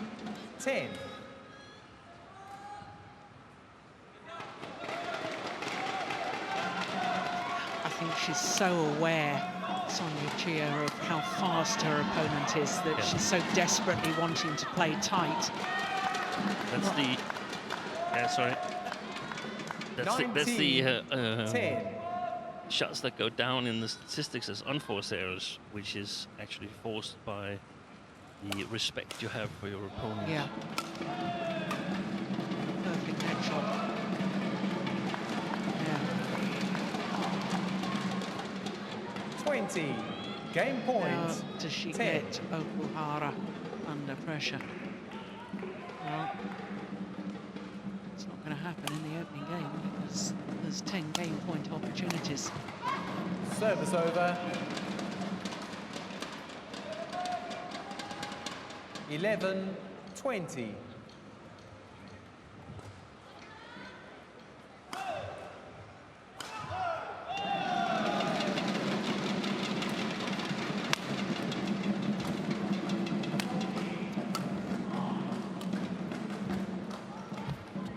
game. Opening game, First game won by Japan, 21-11. 21-11, 13 minutes. Cruise control really there from Nozomi Okuhara.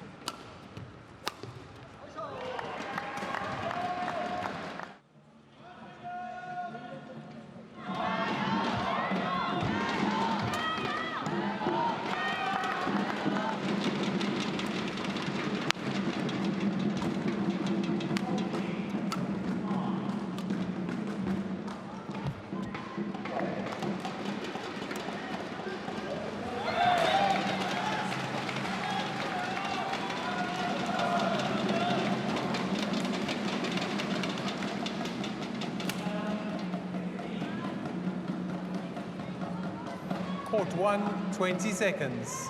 Court 1, 20 seconds.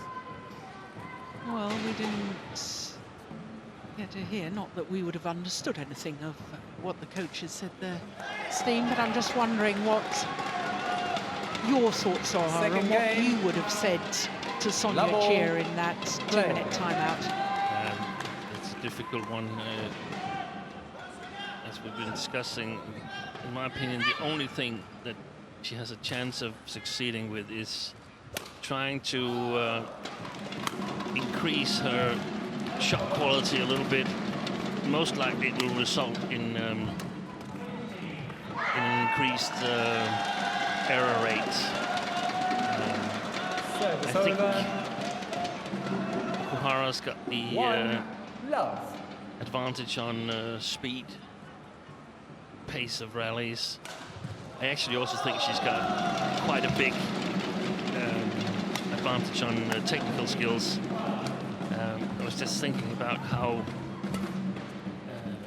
women's singles has developed. I mean, you can't afford to say, hey, I'm not really good at this shot, I just avoid playing it. Yeah. That won't do. You have to learn it, because the likes of Takeshi, Okuhara, Akane Yamaguchi, they can do every shot.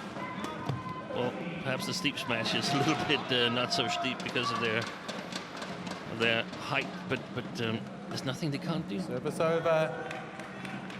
Well, I thought Okuhara was asking 2, for a challenge there. 1. Yeah.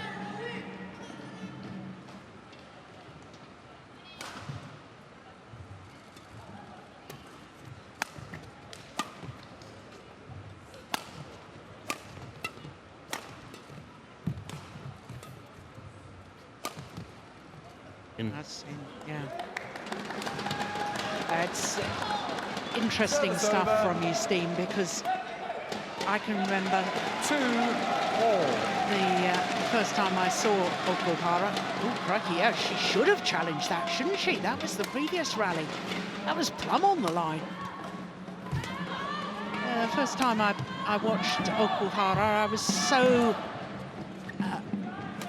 blown away by how fast she is on court that I was blinkered to the fact that she's also got wonderful deception and wonderful skills. Absolutely fantastic deceptions. 3-2. A little different swing from Akane Yamaguchi, her teammate, who also got absolutely fantastic technical skills. And of course, Taesu Ying, I almost forgot Rachana Gintinan. Yeah.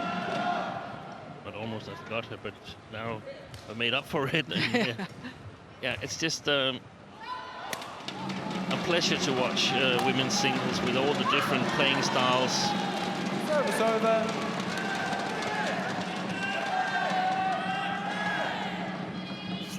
Yeah, I know we've mentioned it before, but I think women's singles is the most interesting of all 5 disciplines right now.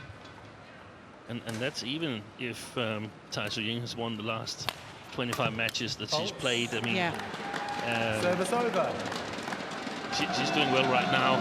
Before that, we've seen other players. We've seen Okuhara have a good run of tournaments. We've seen Ratchanok win 3 Super Series in a row. We've seen Marin win the big championships and so on.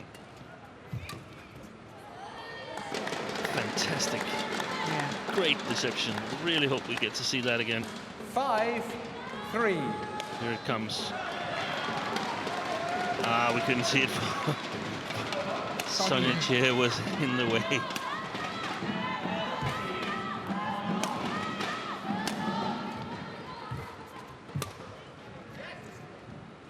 Good lift.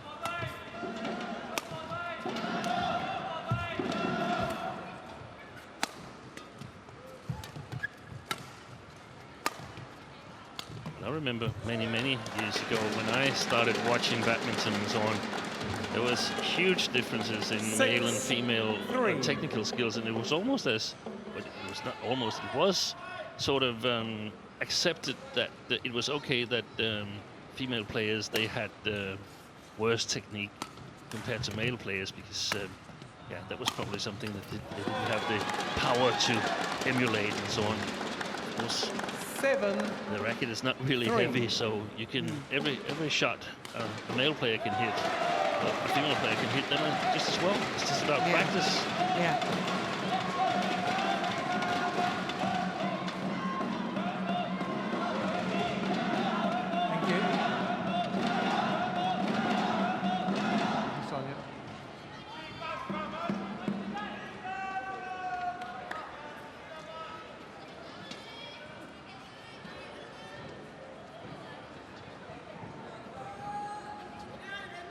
Another thing that's also come into use the last, what, 5-8 years or so is video analysis and video systems for breaking down games. And that means that if you have some flaws in your game, you must expect the opponents to be aware of them. If there's one corner you don't play enough, let's say from your forehand, long forehand corner, if you never play cross clears your opponents, they will be aware of it.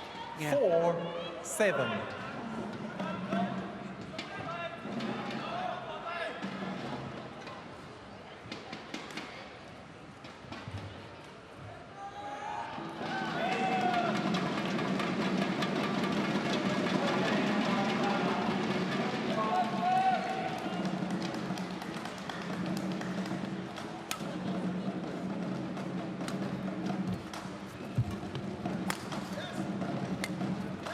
Shot.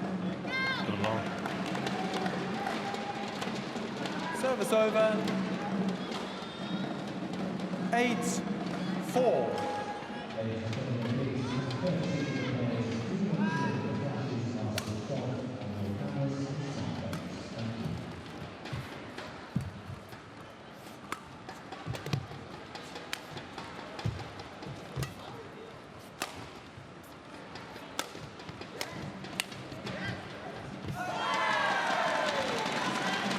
Service over.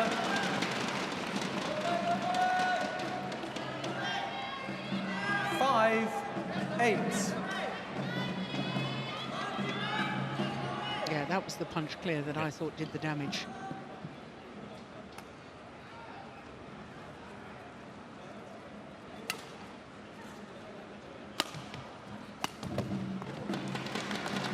Service over.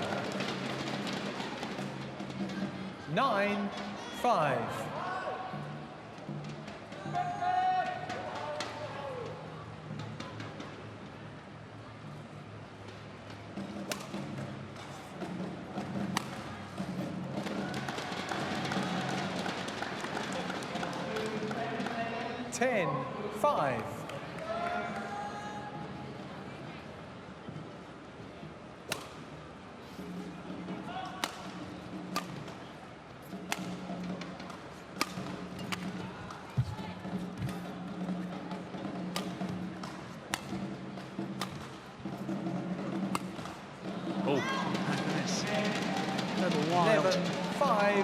interval.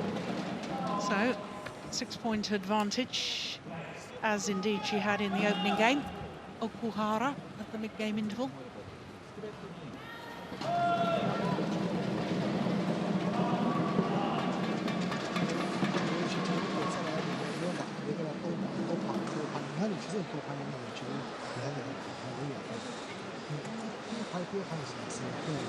Gosh, you can hear Sonia Cheah breathing heavily there, trying to gulp in some air. Court 1, 20 seconds. Court 1, 20 seconds.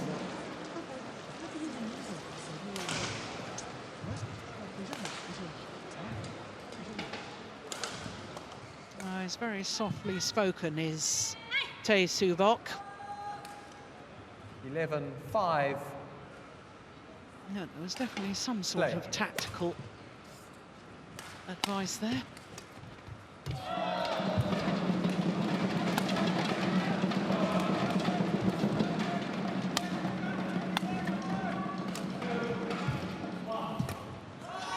Service over.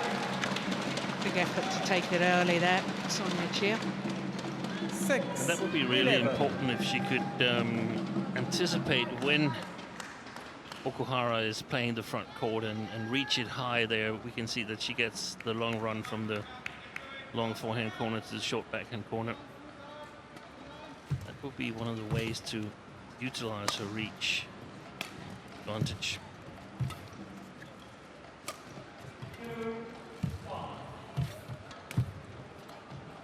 Good rally.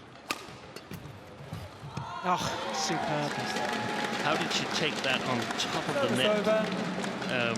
She played a cross net drop of Nozomi Okuhara. This one. 12-6. Didn't allow her to get below the tape. Stay on court, please.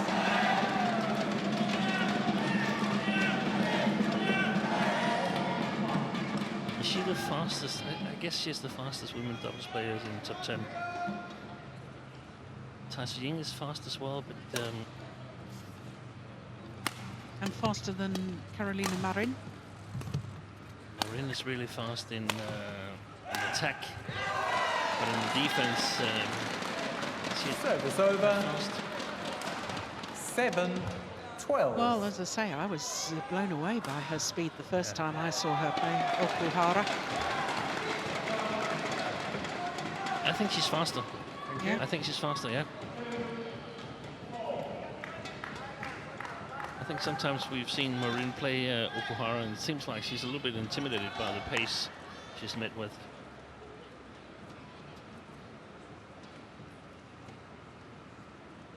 Her retrieval skills in the defense.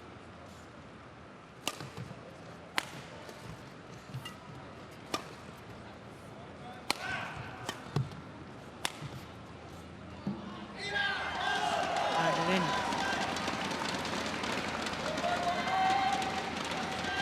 Yeah, she's still hanging in there, Sonia Cheah. 12.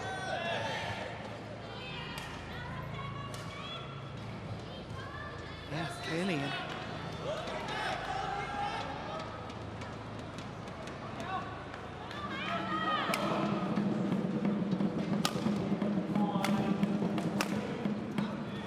Threaded it down the line. Service over. 13-8.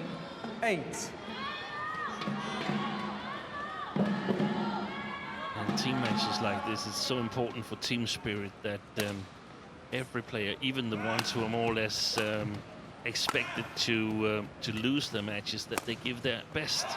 That you can see the player, the teammates outside watching this match, they can see that Sonia is giving everything she can to get as much point as possible to put in 13. to put pressure on the Japanese team if she gets the chance.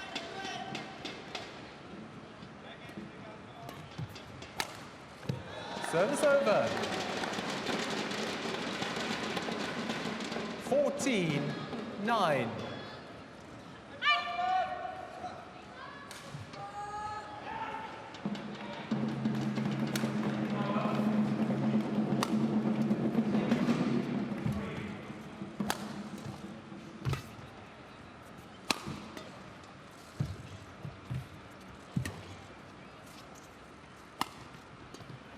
good rally.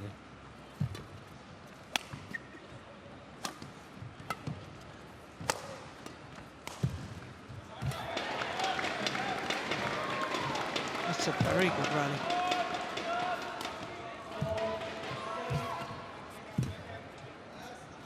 Longest rally as well, I suspect.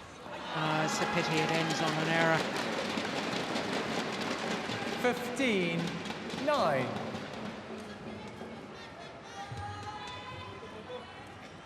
Each other. Play.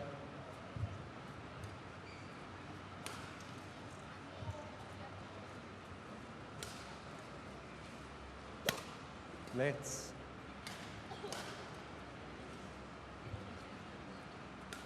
Sonia, get ready, please. Yeah. Get ready. There's a few attempts from Sonia Cheah to get a little break. Wanted to change the shuttle. Wasn't allowed. Then wasn't ready when Okuhara served. Probably not used to playing rallies in that at that pace.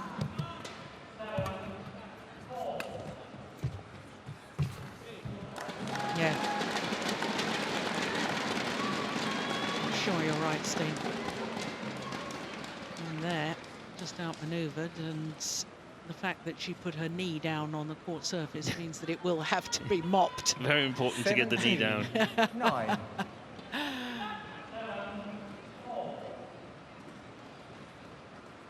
you, Sonia.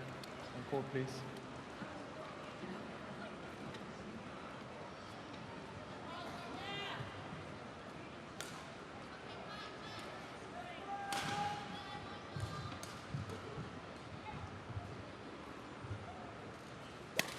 It'd be interesting if the players had heart rate monitors on them. I don't know if anyone is actually playing with a heart rate monitor. I think quite a few of them do. 18-9. To see how the various rallies affect them. It's also a help to the players themselves, because at some point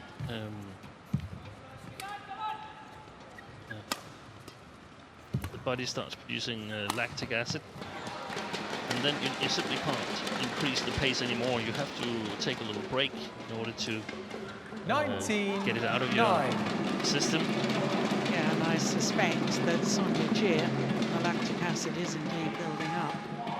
Time is running out for her, because Okuhara just 2 points away from securing a second point in this quarterfinal tie. Yeah. Match point opportunities. 20. For Japan. Match point 9.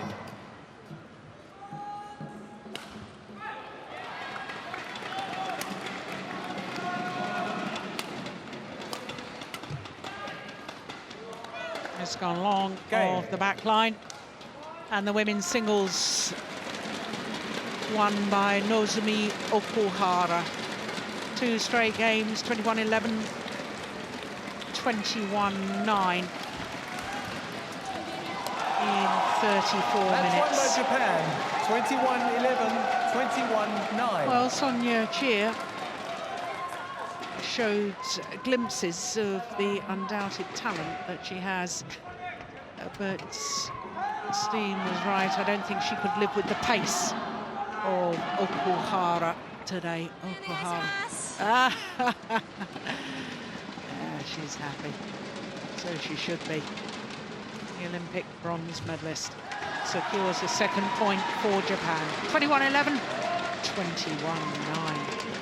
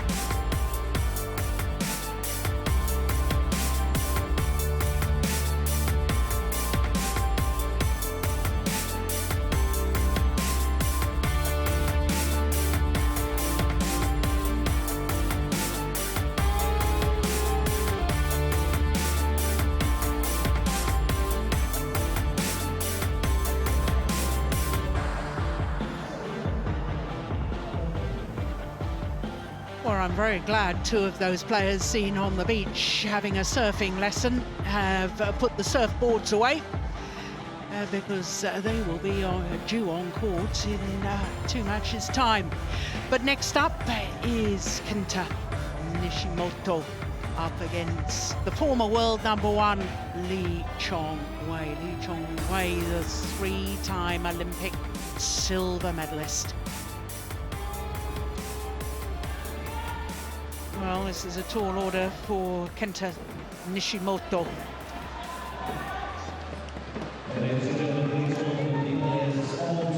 Lee Chong-wei, who has been world #1 for so many weeks that it was before the new program that was, or is used by the BWF, was in operation, and therefore nobody really knows how many weeks he's been world #1. But he's not world #1 this week, because yesterday he was pushed off top spot by Soman Ho. So our court officials for this one: Jitun Bad from Australia and Hao Long Hu from China.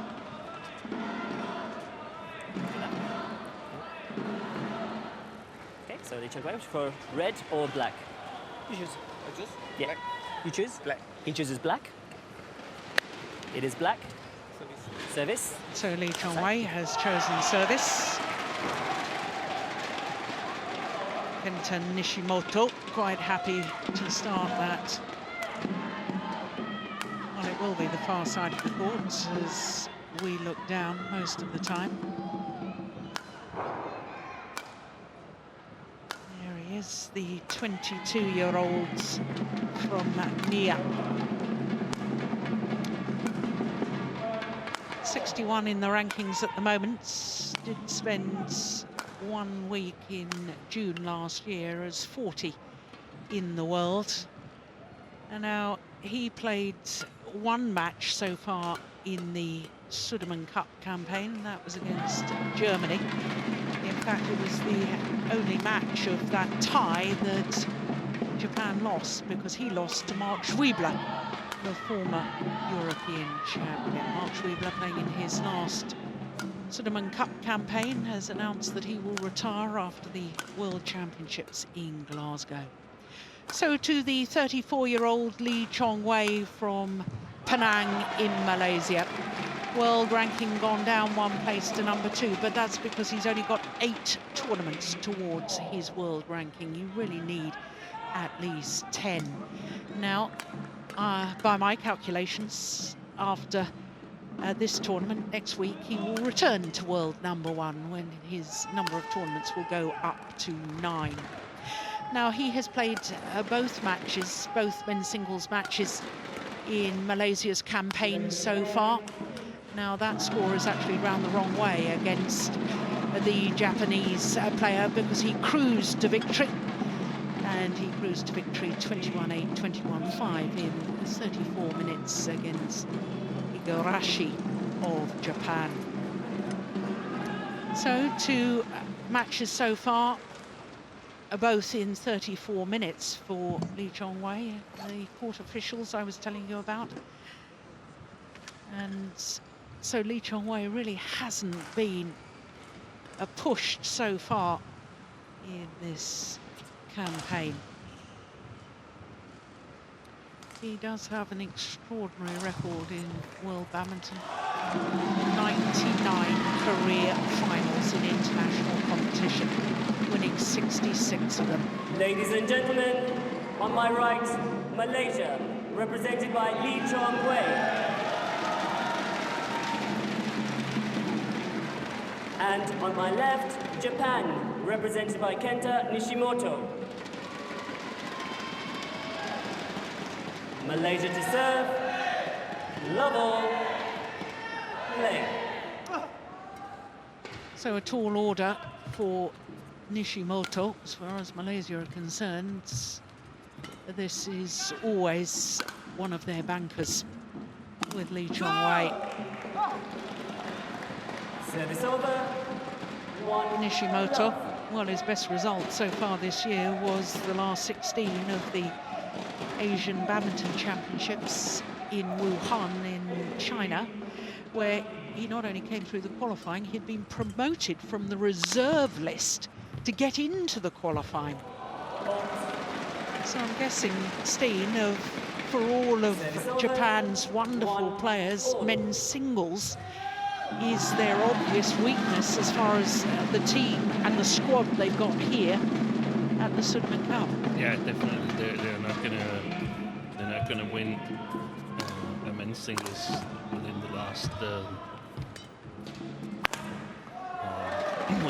8 teams. In my opinion, men's singles is a lost match.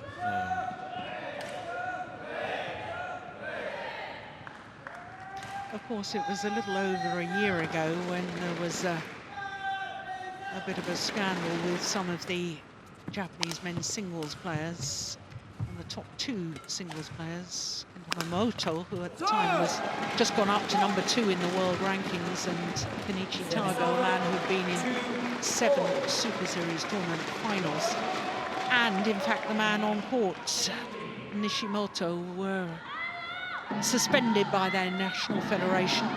Yeah, he'd been there too. He's just been watching and not playing. At the gambling place. Casino, yeah. They weren't betting on badminton matches, but no. It was an illegal betting establishment which they visited. And in fact, we hear that former world number 2 Momoto is just beginning to be allowed back into playing badminton again and has to start domestically. But that has drastically affected the overall team, not having Momoto in men's singles. And I mean, not only the team, they can't play Momoto, who's the first and best men's singles player. They can't play Tago because he was also there. He was, in fact, the man behind it. So that's number 1 and 2 that's out. And not only are they out of the team, they're also out of the practice.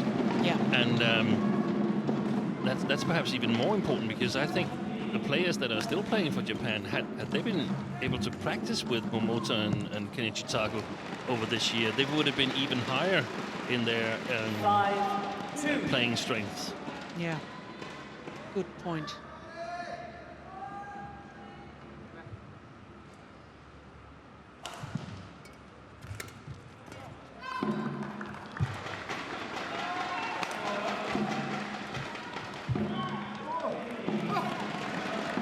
Just struggling with his range at the moment on his neck shots, Lee Chong-wei.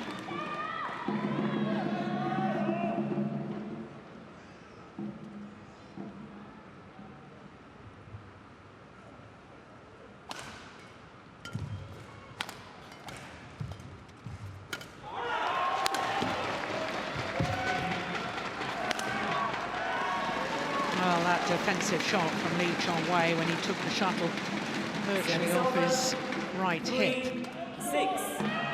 Completely changed the momentum of the rally. Look at that. That's brilliant.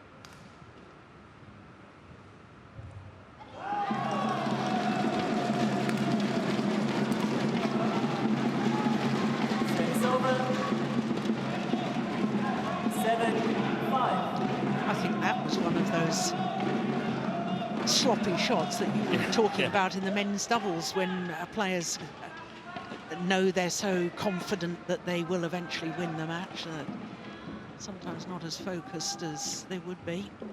And this is one of those matchups in team events. They've only got one head-to-head because Nishimoto is not playing Super Series on a regular basis. It's simply not allowed into the tournament on the basis of his ranking. So in the beginning of the match here, I was a little in a little discussion with myself, because I understand Chong Wei. He's 34. He's tried this many times and been much better than his opponent many times as well. 6-8. So I can understand it can be really hard to play close to your best from the beginning. But as a coach, I would be annoyed, because I mean, put some pace in it and get on with it, and make sure we don't have to use any energy on worrying about whether you're going to win or not. And actually, that match in the Asia Championships in Wuhan, Nishimoto was doing well in the first game. It was 22-20. Yeah.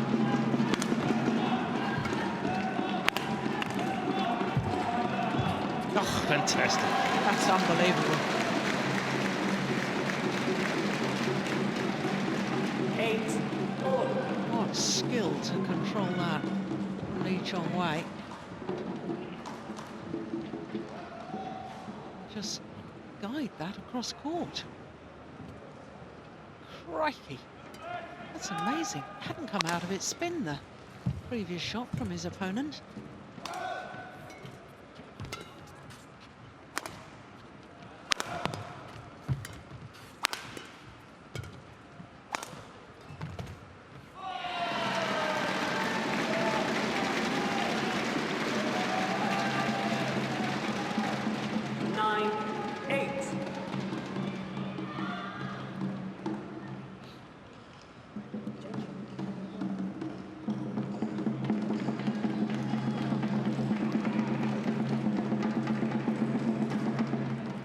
The big goal for Chong Wei this year must be the World Championships in Glasgow.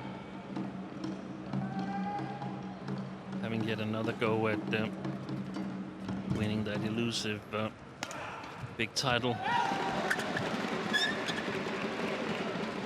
Service over. Yeah, he's already contested 4 World Championship finals. 3 Olympic finals. Yeah, I thought it was 3-3, but I mean, no doubt that you're right, Jill. 2011, 13, 14 and 15. Yeah, that's right. It's because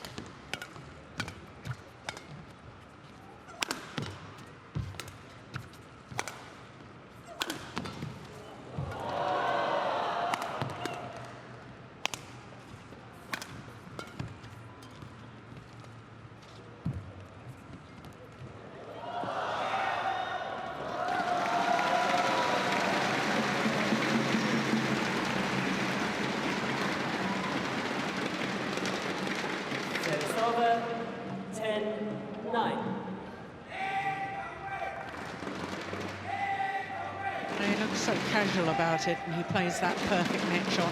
Look at this. Yeah. Oh, goodness. And I think he is casual, actually, and that's a little puzzling. That right now I see 3 greats in the top of world men's singles: Lee Chong Wei, Lin Dan, and Chen Long. And Chong Wei, he can afford to be casual amongst almost the rest of the pack behind, but not all of them, of course. I mean, top 10 probably have to be a little bit more concentrated, but I don't think we see Chen Long and Lin Dan being that casual when they play, for instance, opponents like Nishimoto. And I guess it's the defense and the speed that can always kick it up here, Chong Wei. 11-10 interval. Yeah, as he did in that last rally before the mid-game interval. Moved back so quickly, thundered the smash down the line. Only 10 minutes to the mid-game interval.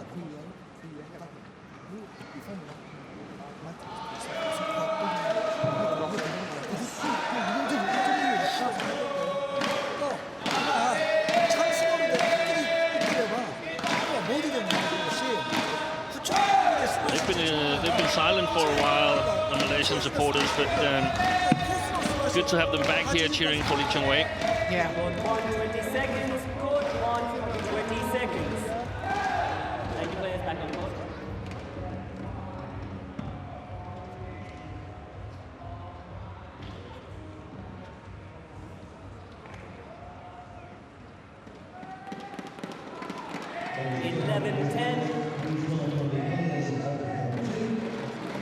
Play.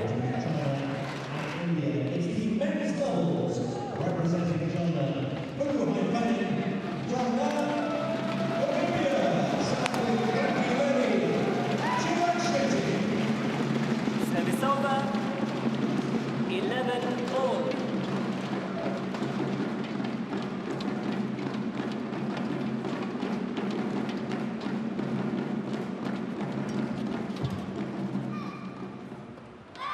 Good judgment.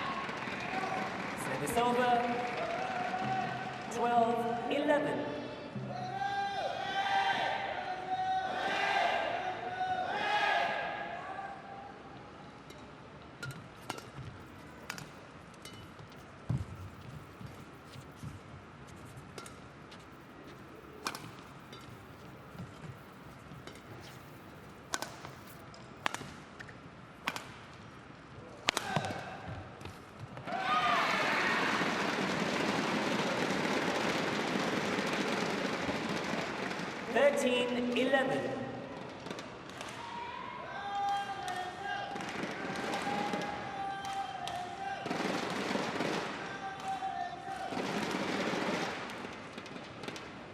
One of the things to watch and to enjoy with Chong Wei's footwork is how quickly he's out of corners when he decides to attack from the back line.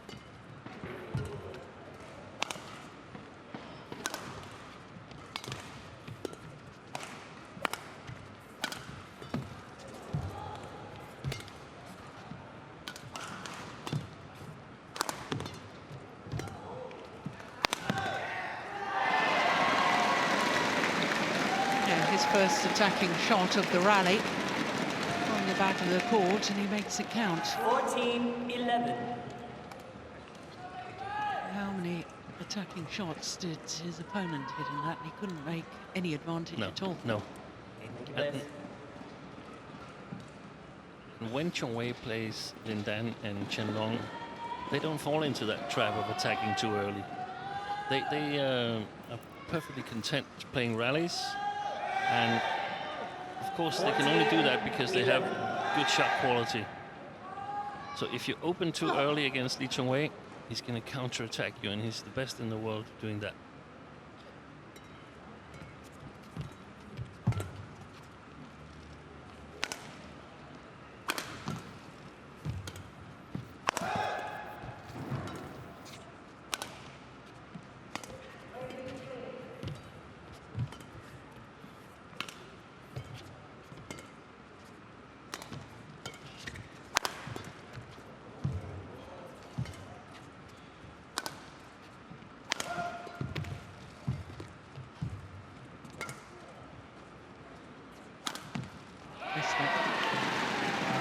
Ran out of patience, and look at the heavy breathing.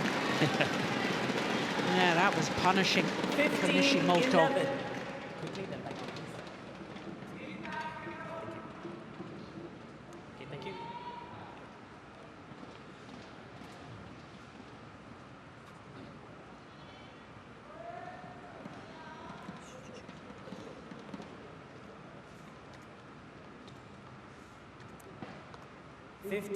(15-11).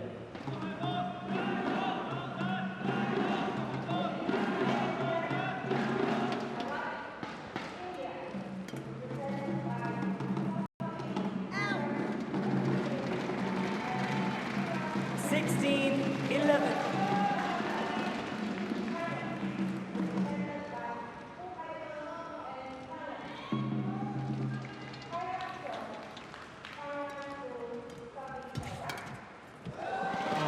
Good. Slight slip there from Lee Chong-wei as he lunged forward, but very, very good reactions from Nishimoto. Oh, yeah, that was a nasty slip, actually.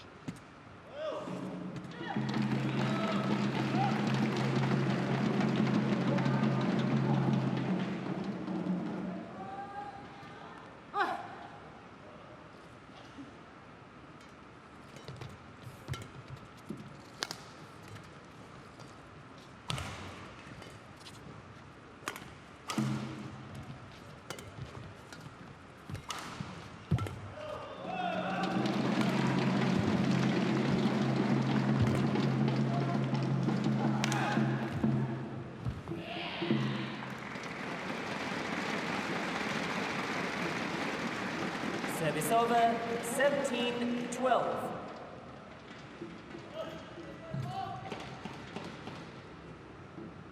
Okay, thank you.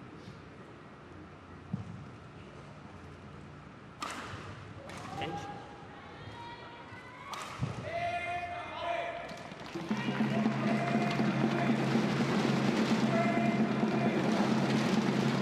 Well, it's not for lack of effort from Nishimoto.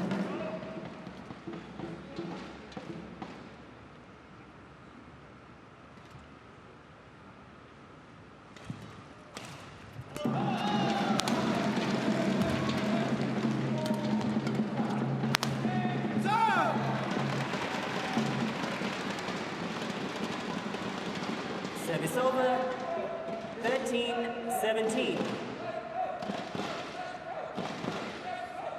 It's one of the things that I'm really excited to see when Momota comes back. What level is he at? Yeah, it will be interesting, especially given your point that if he hasn't been allowed to train with the other top players. I don't think he has. No. I think actually it's been more or less like a persona non grata in that period of time here. Someone that you shouldn't be seen with. Service over, which is, in my opinion, 18-13. a very, very harsh punishment.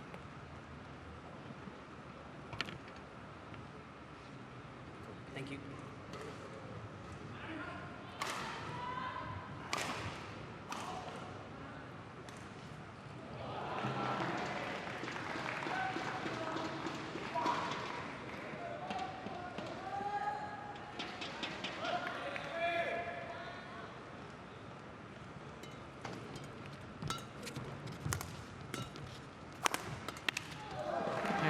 Good. Service over, 14-18.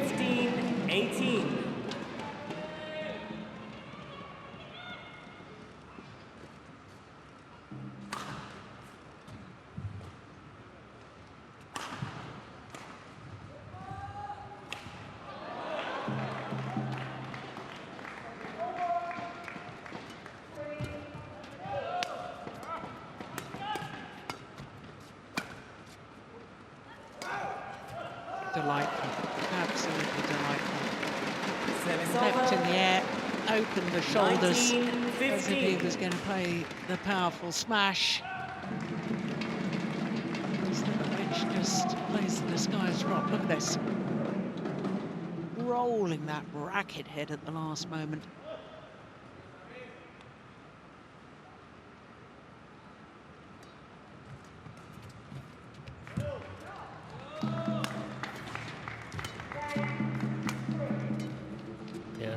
should put in a little technical tip to the viewers. Then the grip, it's very important to be able to twist the grip that your fingertips is actually touching the grip. 15. It shouldn't be the root of the fingers that's touching the grip. It should be the fingertips, because that's what you use for rolling the racket. Game point opportunities for Lee Chong-wei.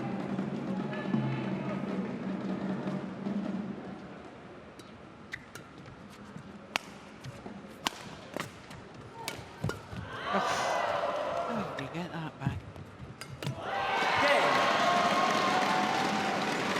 Opening game to Malaysia's Lee Chong-wei, 21-15. Won by Malaysia, 21-15. 21 minutes. And Lee Chong-wei just cruising to that opening game.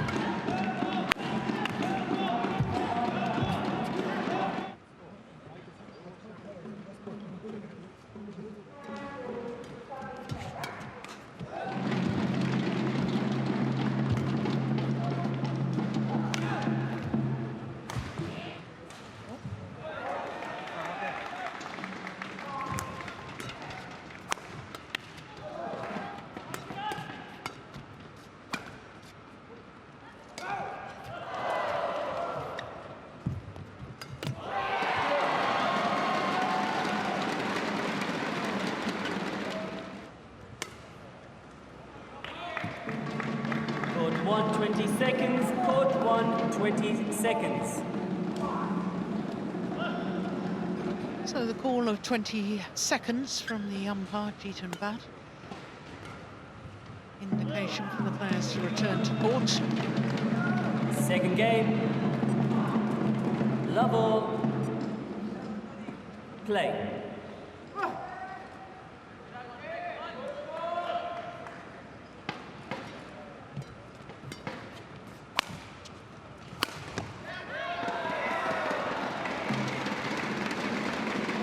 Just makes it seem so easy, Lee Chong-wei.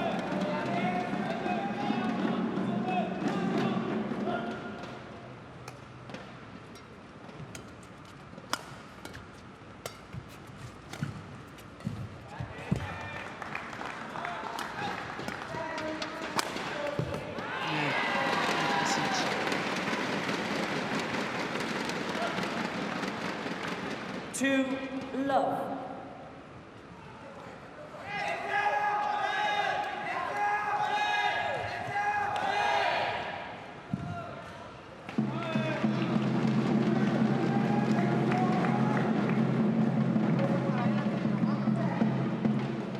Steen, just picking up on a very interesting point you made at the end of that first game about the holding the racket in the fingers, and that enables the player just to turn the racket head at the last moment. It's something that perhaps people don't understand enough. A tennis player would hold the racket in the palm of their hand. A badminton player holds the racket with their fingers, not in the palm of the hand. And that's exactly the point, not in the palm of your hand, because if you hold it in the palm of your hand, you will hold with the bottom part of your fingers, and you won't be able to roll it. So you've got to have a loose grip.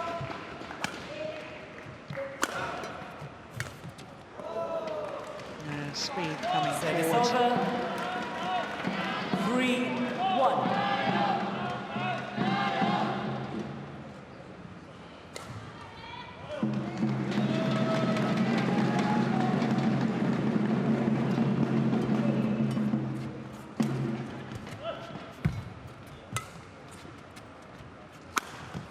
Oh yes, that's nice.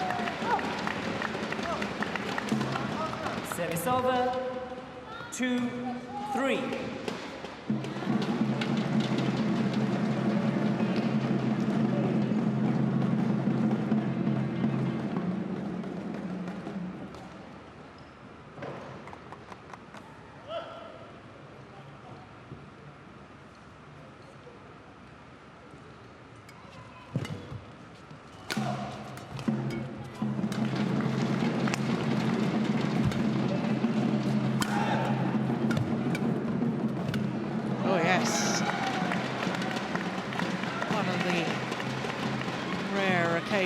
So far that Nishimoto has been able to counter-attack.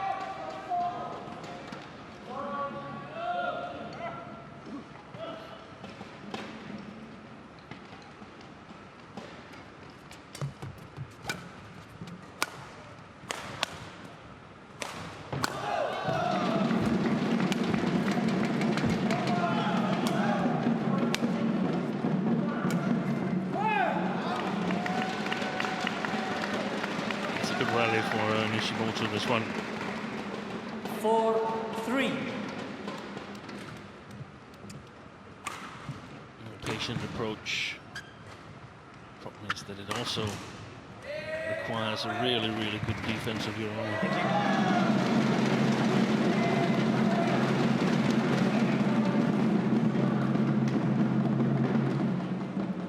4-3.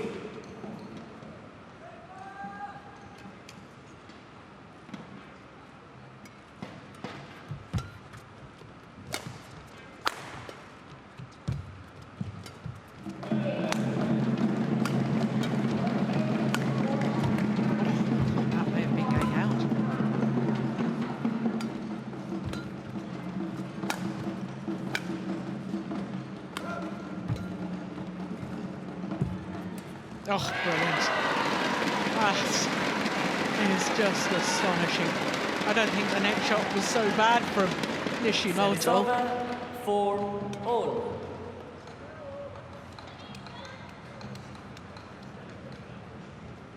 Thank you.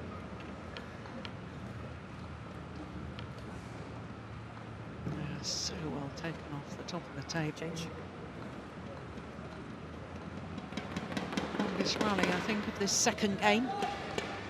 Haven't won but 29 shots in the opening game. And he's got to put in his book, Nishimoto, note to self: when Chong Wei is at the net, don't play back at him.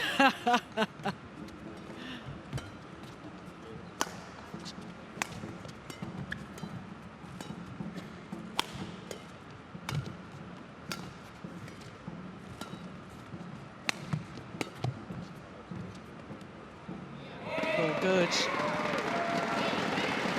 Well, no challenge from Nishimoto. 5-4.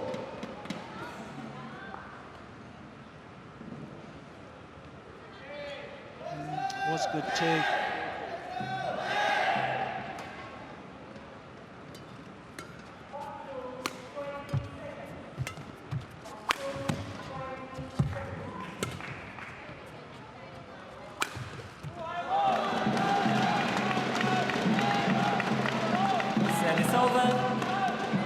He's been playing well the last 3-4 rallies, Nishimoto.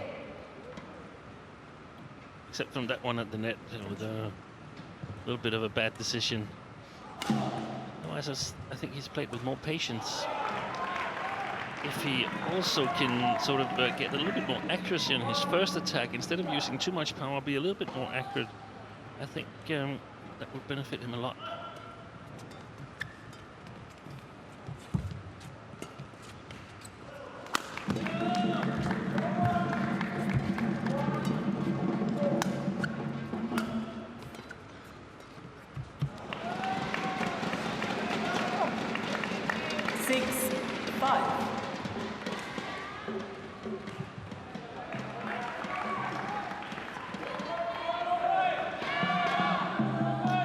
Giving Chong Wei any angles to work with there with that net shot. Nishimoto just back to the centre of the court and away from the net area. Yeah.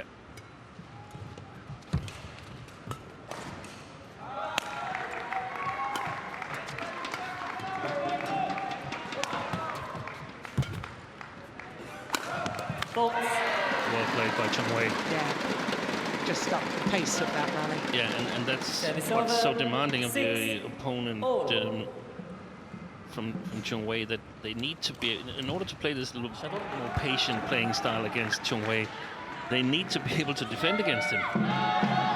And that's not easy, so you've got to have extremely good shot quality all the time, because otherwise Chong Wei, he will take his chances. Of course he will. Thank you.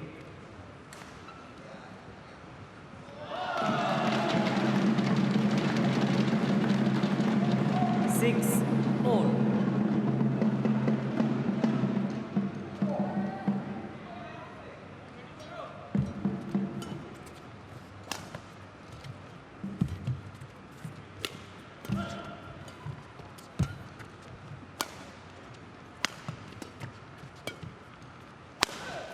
Good shot.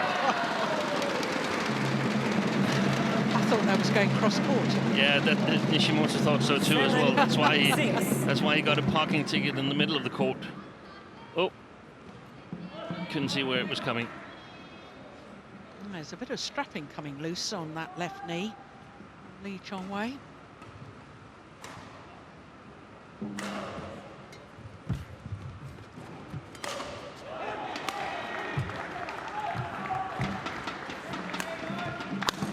Faults.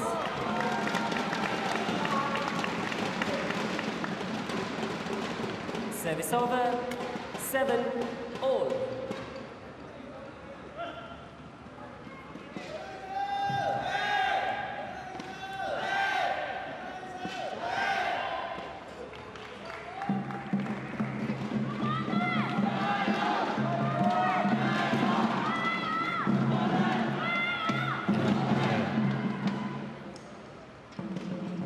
Good picture of the strapping there.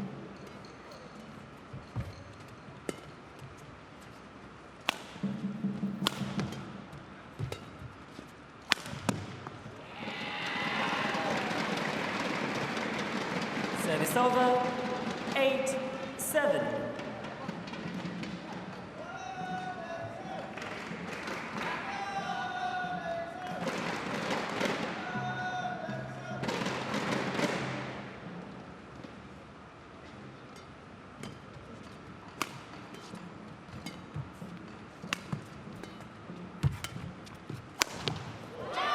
Missed it. Service over. 8 all.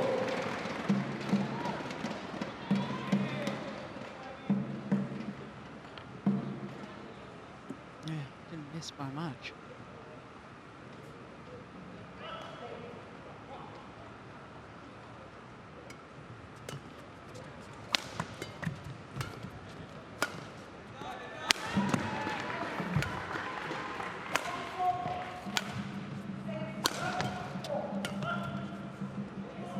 Oh, it's just long. 9-8.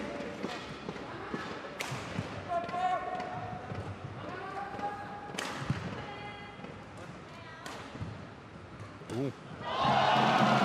Closer than I thought, that one from Chong Wei.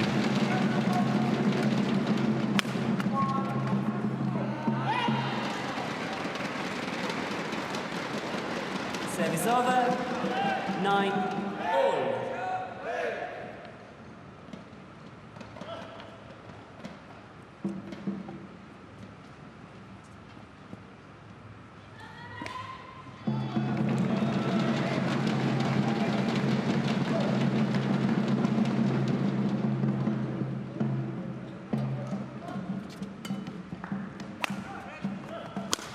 Faults.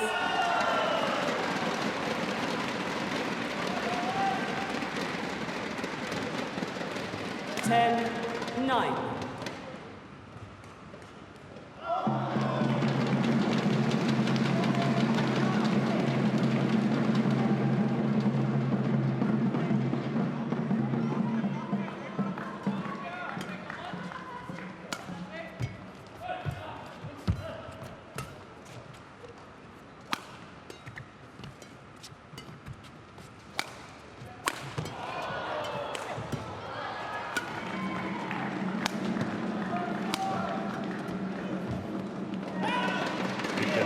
11-9, interval. So a 2-point advantage at the mid-game interval here in the second. For Lee Chong Wei.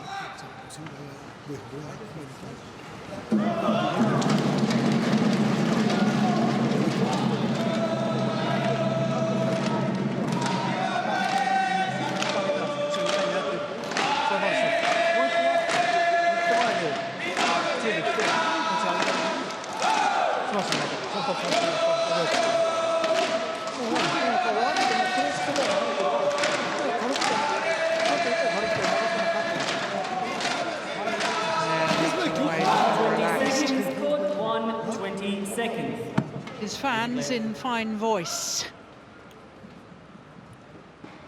Well, it was after the mid-game interval in the opening game when there'd only been 1 point in it that Lee Chong Wei just upped the pace, upped the intensity and just 11-9. ran away with it, really. Yeah, you more or less get the feeling that he decides how long this match is going to be. Yeah. Oh. He didn't make that note in his notebook, note to self. No.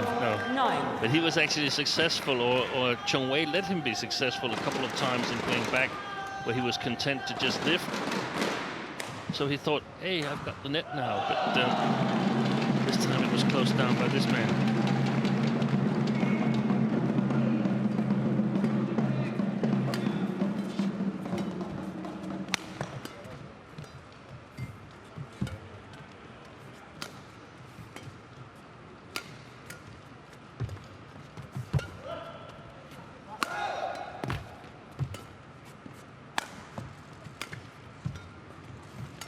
Oh. A little bit of trickery there from Lee Chong Wei. Top spin lift. 13-9. Look at that. Sends Nishimoto in totally the wrong direction. No chance.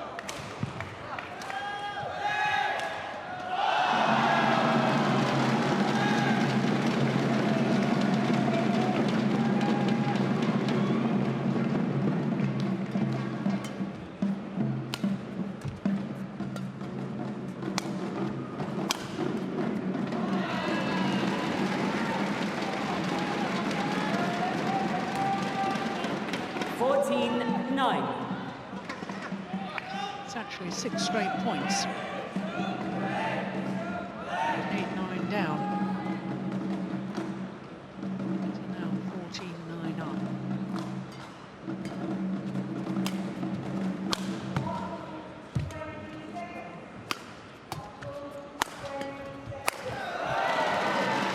What was that we were talking about, Steen?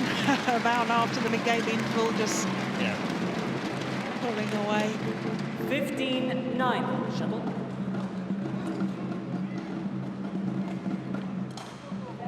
It's really nice having such a player on your team that you can rely on.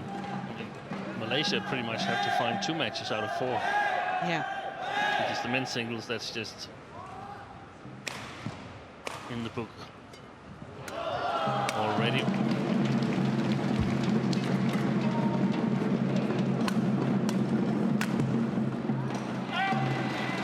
Yeah.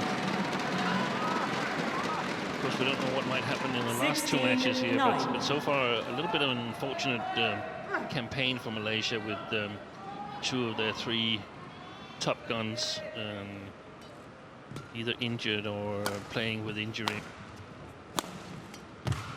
Let's go Liu Ying, doubles specialist, underwent surgery 17-9. last week or earlier this week. Shoulder injury. This is 9 straight points now.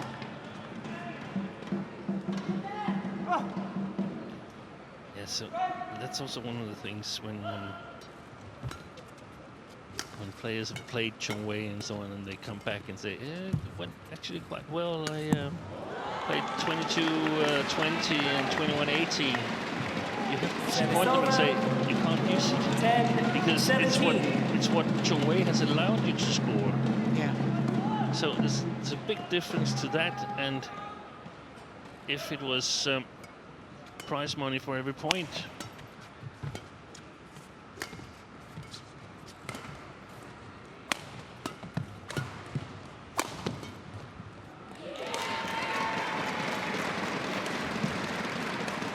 Service over, 18-10.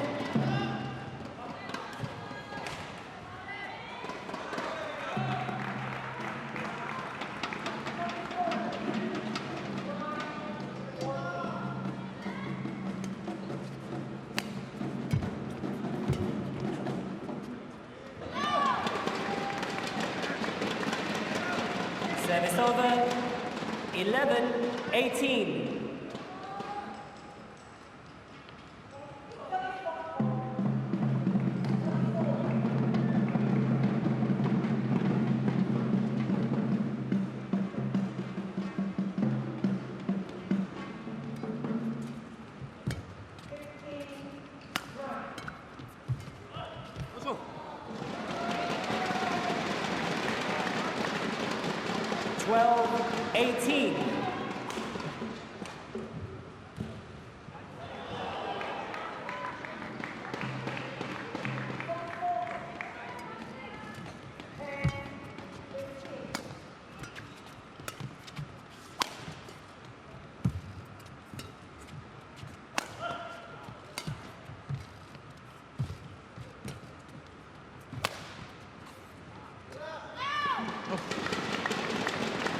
I think that was a little bit closer than he expected. Yeah. Nishimoto.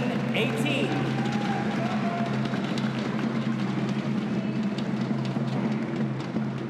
We haven't had a challenge in this men's singles so far, have we?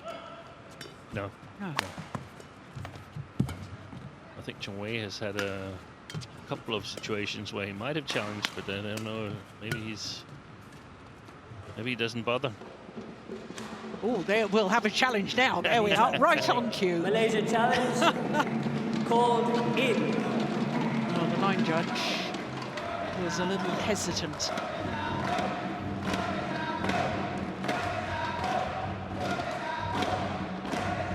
Hesitation obviously puts doubts in players' minds. I wonder if Nishimoto has ever played on a court with Hawkeye before. I doubt it. Oh, what a good challenge. What a Correction challenge. in. No, that's wrong.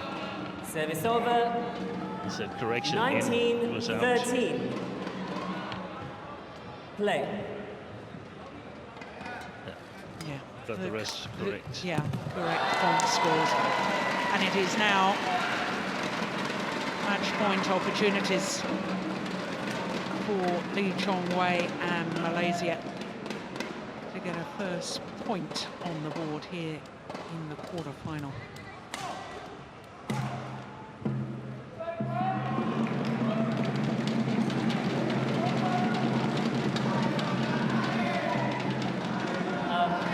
Sorry. Well, not happy with the court attendants mopping there.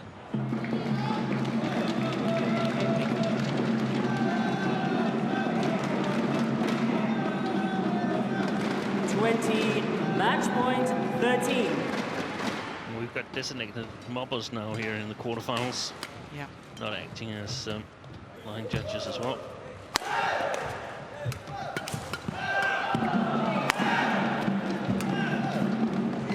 Landed in. Game. First match point is converted by Lee Chong-wei. And the first point for Malaysia in this quarterfinal tie is fans delighted with that. This is the Match final won by rally. Malaysia, 21-15, 21-13. Yeah, it was quick in that last rally. Well, he always knew he had an extra gear he could go to. 45 minutes for that victory by Lee Chong-wei.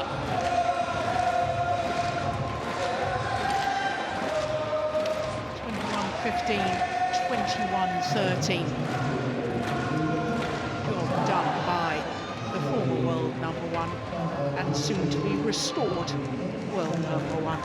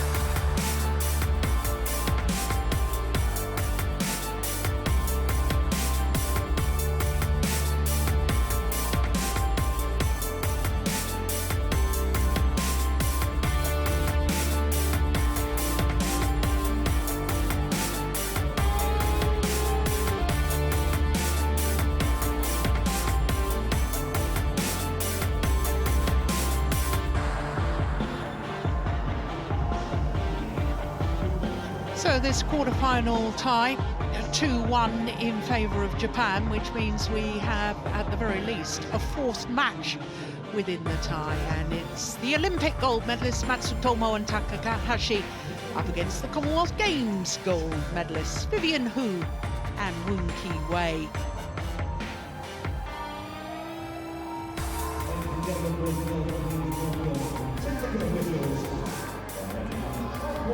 Well, the Olympic gold medalists from Japan, Misaki Matsutomo and Ayaka Takahashi, also the world number ones.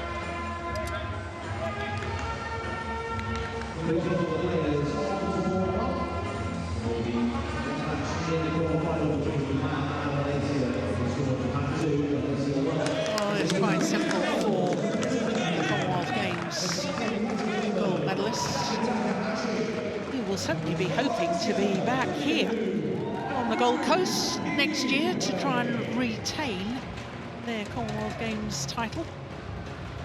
They have to win this encounter right now to keep the tie alive and send it to the fifth and deciding match, the mixed doubles. If Malaysia lose this women's doubles, it's all over. Japan will qualify for the semi-final stage. So what a responsibility for Vivian and Woon Ki-wei. Good toss. Red and black. The toss of the coin by our umpire. Betan from India, Mike Wright Ayaka. of England will be the service judge.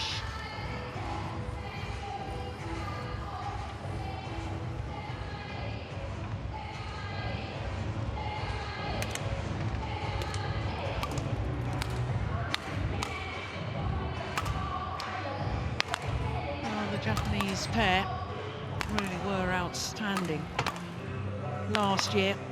10 finals from 16 tournaments, winning 7 titles.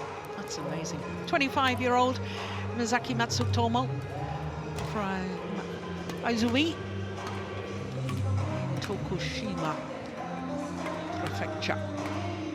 Her partner turned 27 last month from Kashihara City in Nara Prefecture. And they are enjoying their 103rd week as world number ones. My goodness me, that's a long period of time, isn't it? 3 different spells as world number ones. And as far as they're concerned, well, they've played every women's doubles match in Japan's campaign so far. And they've won both of their matches, as you can see, in 2 straight games. Interesting, though, that the group match against Malaysia, it was a different Malaysian pair to today, and obviously the Malaysian coaching staff have decided that this lady, Vivian Hu, the 27-year-old from Kuala Lumpur, and her left-handed partner, Woon who's 28, that given the fact that the other women's doubles pair lost to this Japanese combination, that they perhaps had the better chance today. They are the higher ranked of the 2 Malaysian pairs. 13 in the world at the moment, but as you can see, they have been inside the top 10. So they did play against Germany. It was the 5th match within the tie, beat Golashevsky and Hertrick in 2 straight games, 31 minutes.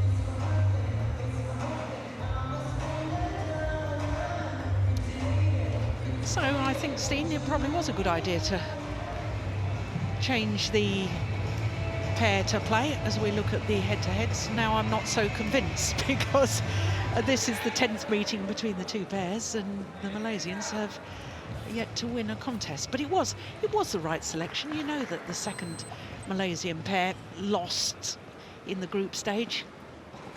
Yeah, they played a really good match, but they were pretty much without chance of winning. So you sort of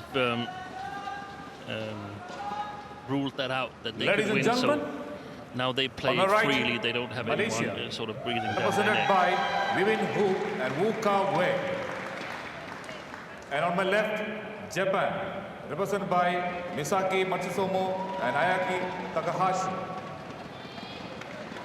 Malaysia to serve, Woon Ka-wei to Ayaka Takahashi. Love all, play. Serving Datan of India. The umpire calls for play to get underway. Must-win situation for Malaysia.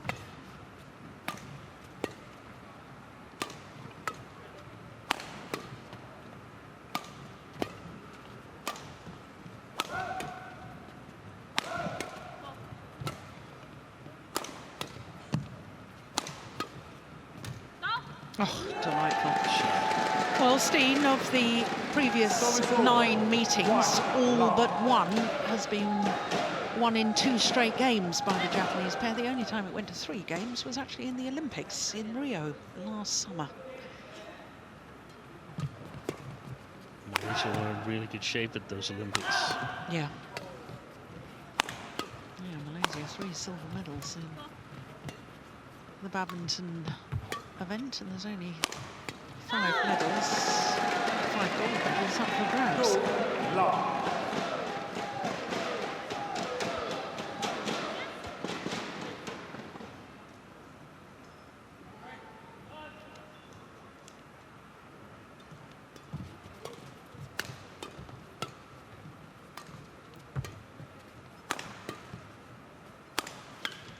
Short. Yeah. Oh, good defense.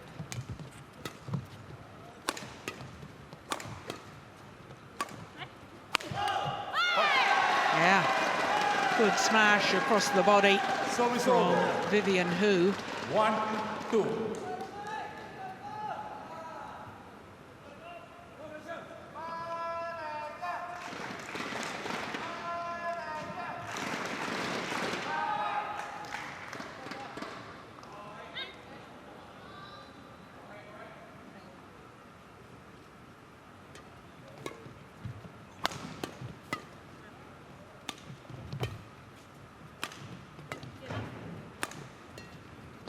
Nice block.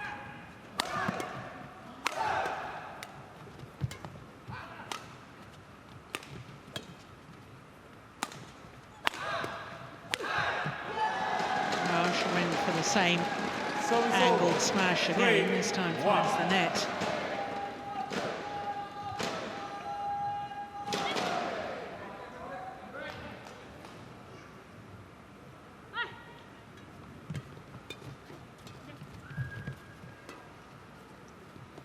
Confusion.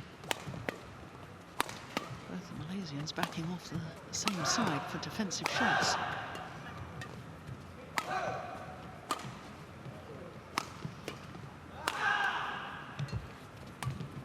Oh, yes.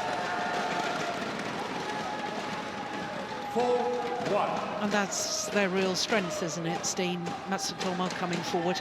Yeah, she doesn't need a whole lot of opportunity there. It's just a small opportunity, but she capitalizes on it, and I think that's one of the differences between these two pairings. The Malaysians, they got quite a good defense as well as the Chinese, but I feel that they have a tougher time scoring, and part of that is because the difference in front court player skills.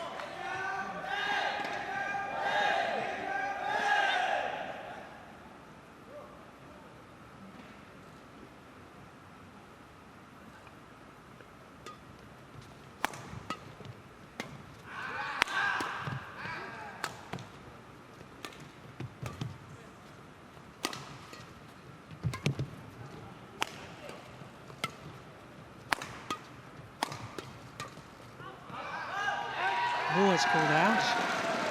That must have been close. 3-4. I think maybe it bounced and then bounced backwards into the court. No. Oh, nice to see a challenge of that one. Yeah. I suppose so early on in a match, we saw yesterday, didn't we? Somebody made a very early challenge. It was Cheah of Chinese Taipei. And then come the crucial moments of the game, he didn't have any challenges left.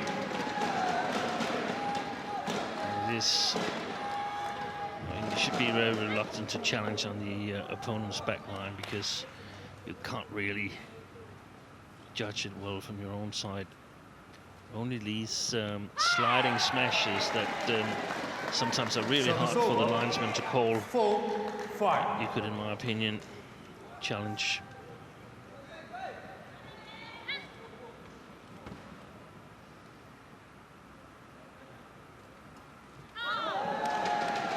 Dear. Service over. 6-4.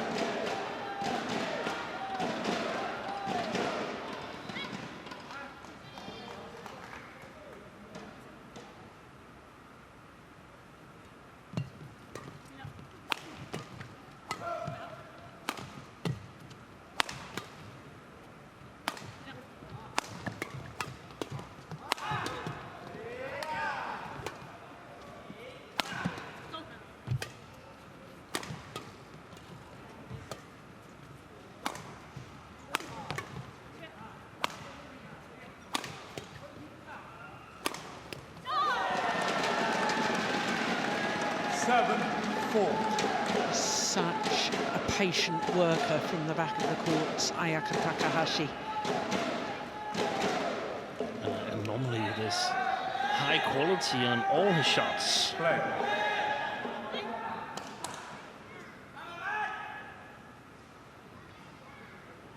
So it really puts pressure on the defense, and I often think the Malaysian pair stands a little bit too far back in the defense, so they don't really have any opportunities of counter-attacking. 8-4.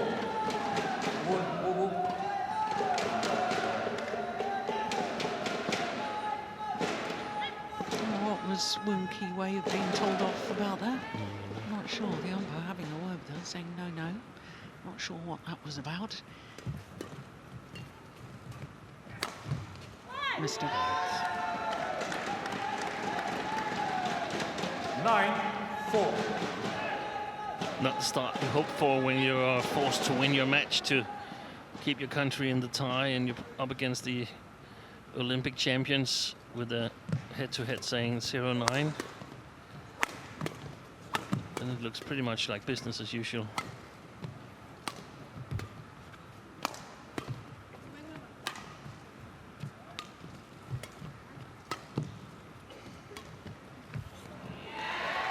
Service over. 5-9. Look how devastated Takahashi is that she made that mistake. That really means something to her. She's frustrated because I think we mentioned it earlier that these drop shots from the baseline, they're very rarely winners, so you shouldn't make mistakes on them. They're designed to draw the opponents out of their defensive positions. So it's a building shot. It's a building shot, and also the frustration shows a little bit about the high standards they hold themselves to. Yeah.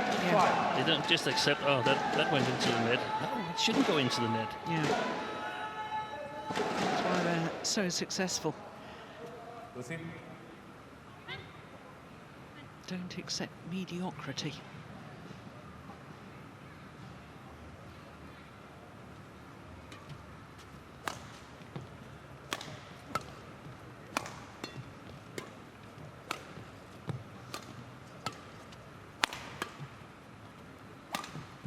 Oh, super. And that's what I mean. They can defend, but they're never changing it around. No. And they're 6 points adrift. We're at the mid-game interval of the opening game.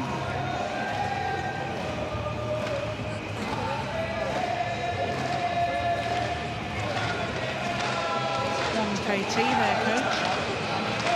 Former world #1 in the women's doubles.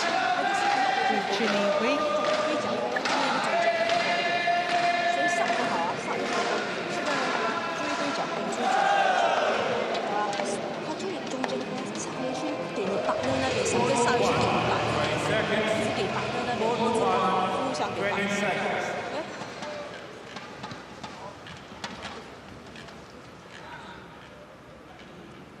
Well, I'm not sure, but I think there was some advice there from Wong Pei-Ti about where they're playing the attack.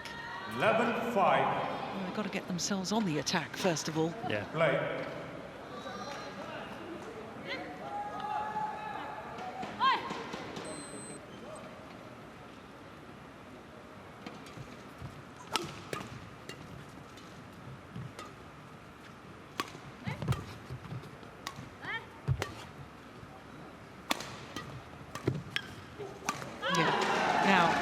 Was a perfect demonstration of what you were saying, Steen.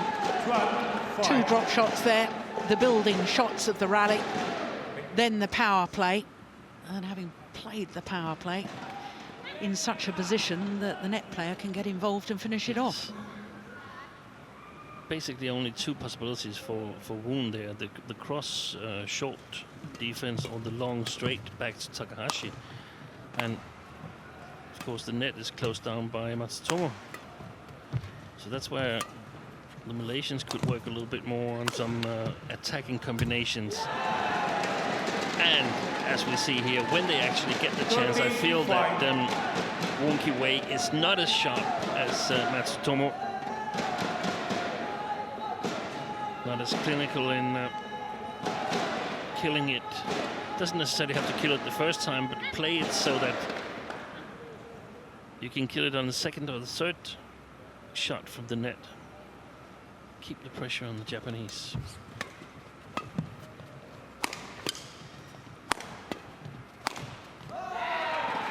Service over. 6-13.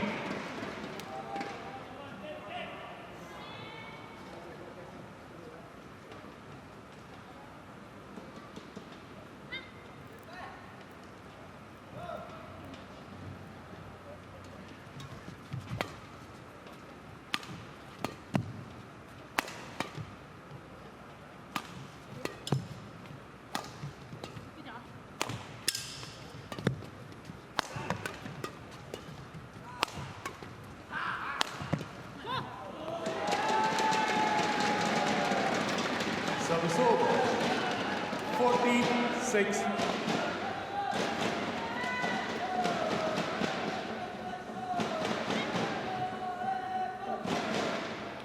So your offensive possibilities is a product of course, the opponent's defense, your own attacking power from the backcourt, the smash power you come with, and the agreements you have with players in between. What does the front court player cover? Where does the backcourt player place her smashes? That's so important. That's a combination in order to have a strong offense. That's a very clear example of how deep they were in their defense that you were talking about.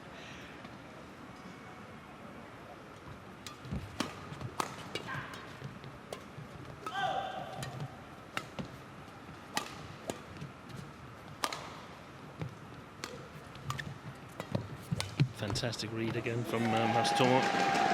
16-6.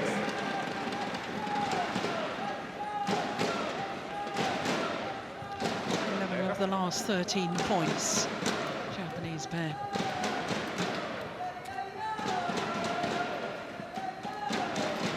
Thank you. And we've discussed it before, Jill, but I think it's appropriate to mention it again. We have to admire Matsutomo and Takahashi because they have developed their game. In the beginning, they were a purely defensive combination who played defensive style with lots of clears and drops and content defending. Not really that good in attack, but they've developed, and I mean that's for the rest of the pairs in the world to do as well. Exactly.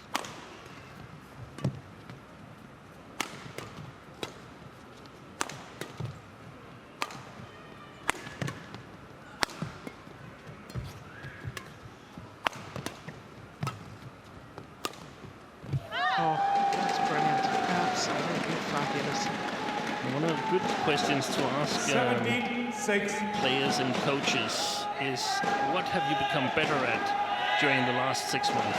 Where are you significantly better in your game? And hopefully the players can answer that. If not, then they have a problem.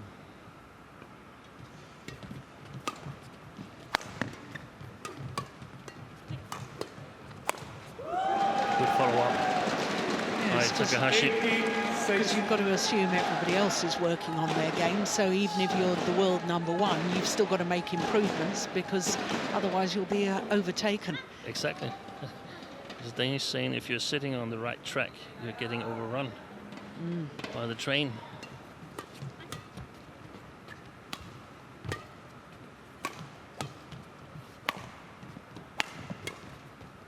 And there's juniors coming up. Junior players watching this now and saying, oh, we at least need to be able to do this because otherwise we are not at all competitive. Yeah. 19-6.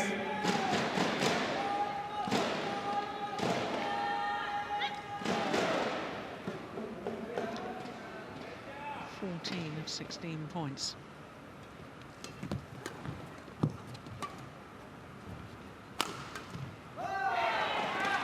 Service over. 7-19.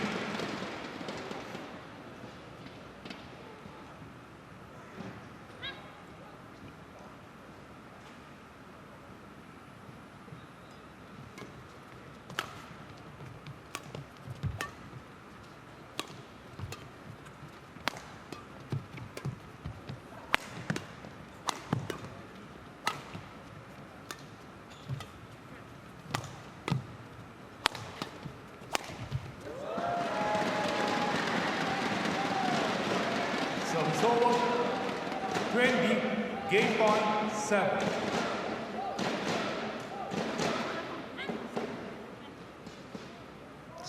Minutes and a whole host of game point opportunities.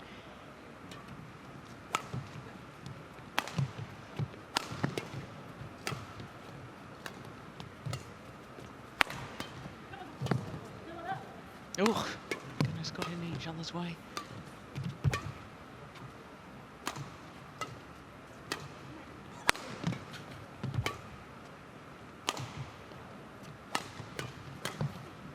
missed it. 21-7 opening game in favour of the Japanese pair, Matsutomo and Takahashi.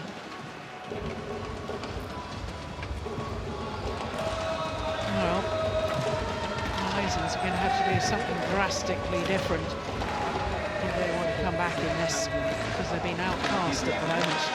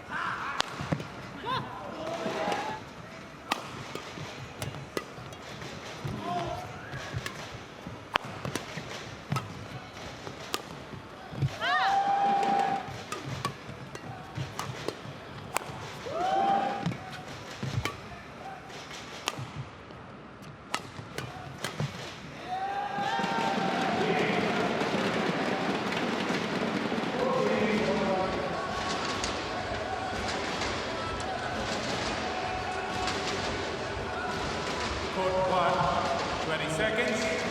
Court 1, 20 seconds. Well, I don't know if I'm about to be a little unfair and extremely harsh, but when you look at Vivian Hu and Woon Ki-wei and their career record, they've been in 7 finals, winning 3 titles. Last year, their opponents won 7 titles, so Second game. more titles last year, or the same number as their opponents have been in finals in their entire career. Yeah, and I was thinking something in the same direction. I was thinking, okay, if you're getting outclassed like this, 21-7 against the best in the world, then you can sort of you can choose 2 ways, in my opinion. You can say, okay, that's our level, and we probably aren't that talented and that good, and so on. Or we can say, hey, something is wrong here. I need to do better, and my partner definitely needs to do better. And do I believe that she can do that, or do I want to find another partner? Because am I content being so much behind the best in the world as the #1 pairing in my country? I think that's a question an awful lot of badminton players should be asking themselves, especially in the women's doubles discipline. Yeah.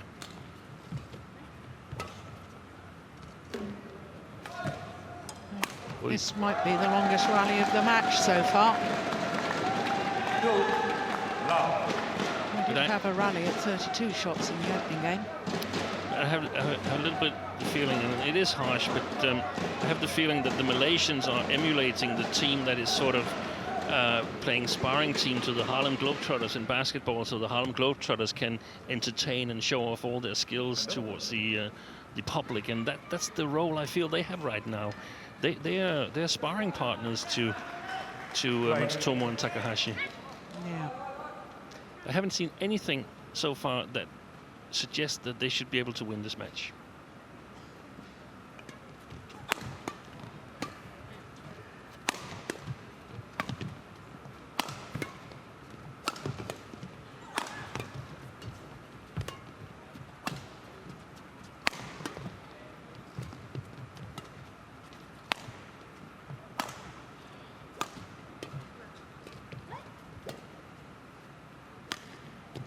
Delightful. Yeah. There was your prime example again, Steen, of the drop shot being used as a building shot. This one here.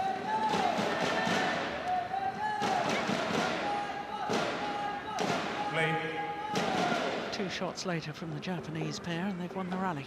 And that's one of the ideas about moving your defense closer to the net, to be able to retrieve these drop shots earlier, so that you can put pressure on the attacking side, then there's of course the possibility that the Japanese will hit straight through you in the defense, but then you've got feedback that your defense is not good enough. So the reason here, or the risk here, is that you think, okay, well, we have a really good defense. No, you haven't. You're losing every rally where you play defense. Yeah.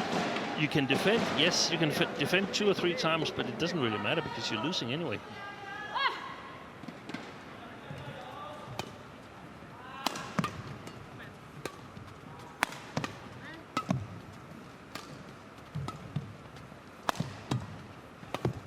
That's better. That's better. I like that flat block there from Kiong. And then they get the chance in the transition phase between Japanese attack and Japanese defense. That shot there.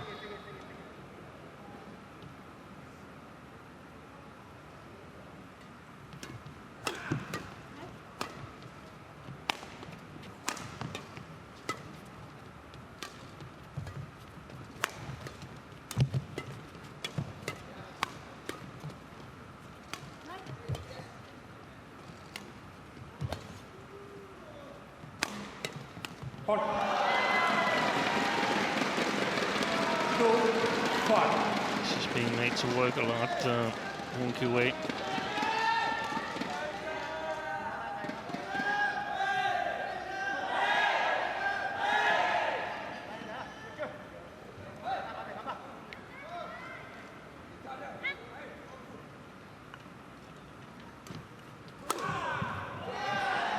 Oh, it's called just wide. There'll be a challenge here, I'm sure.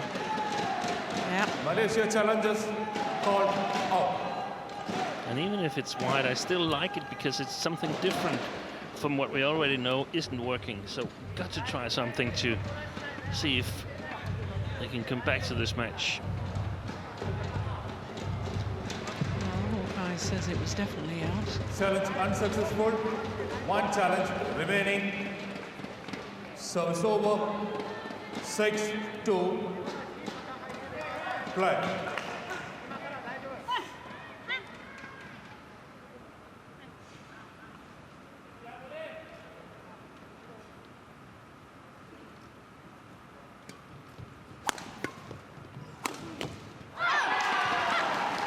Service over. 3-6.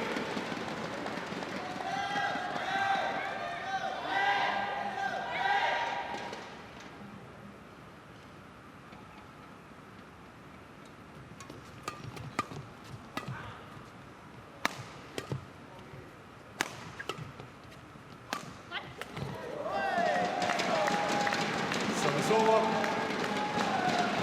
7-3.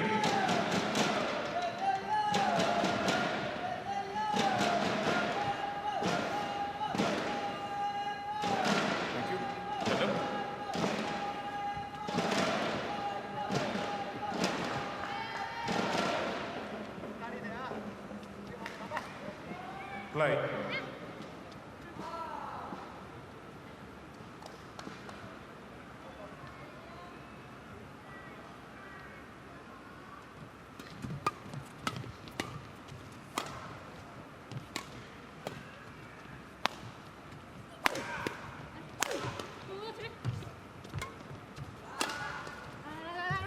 Oh, she's run off to change a racket.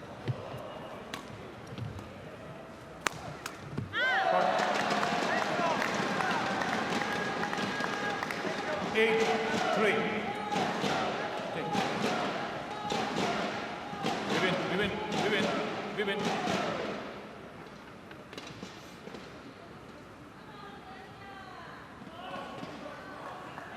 Yeah, off she goes. At least they didn't change rackets, as we saw in the match 2 days ago with Tan Kian Meng and Lai Pei-Jing. Yeah, that was extraordinary. Made our play of the day. Yeah.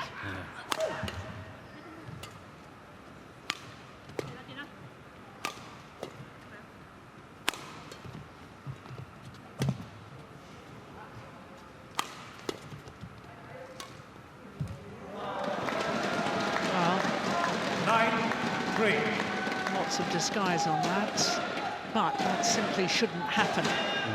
Shouldn't be able to hit a winner or a drop shot. Look how deep the defensive stance of the Malaysians were. Woon Ki-wei, prior to that, had her feet virtually on the double service line at the back of the court. She was so deep in defence.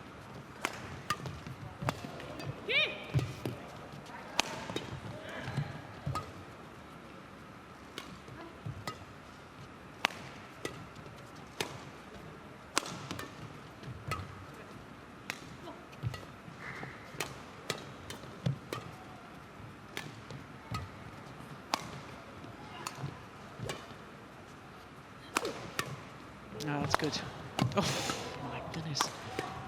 Good rally. Best rally of the match so far. Yeah, brilliant. 10-3.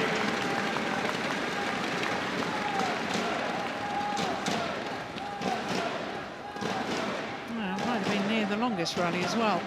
Indeed it was. 48 shots.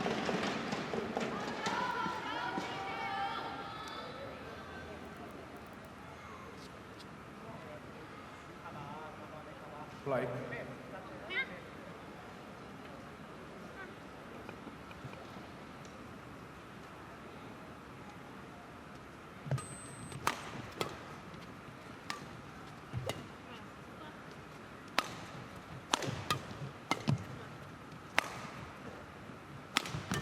Oh, stepped into that. Now that's the difference. Yeah. You can see with Matsutomo stepping into the defensive play, driving it back, moving forward at the same time. Wonderful demonstration of turning defensive play into attack. And this is all one-way traffic at the moment. 11-3.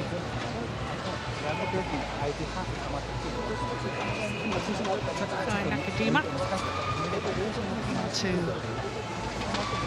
Ayaka Takahashi. Ayaka Takahashi. We saw a glimpse of beautiful nails. Nail care is one of her hobbies, and I understand that she's in demand from teammates to paint the nails.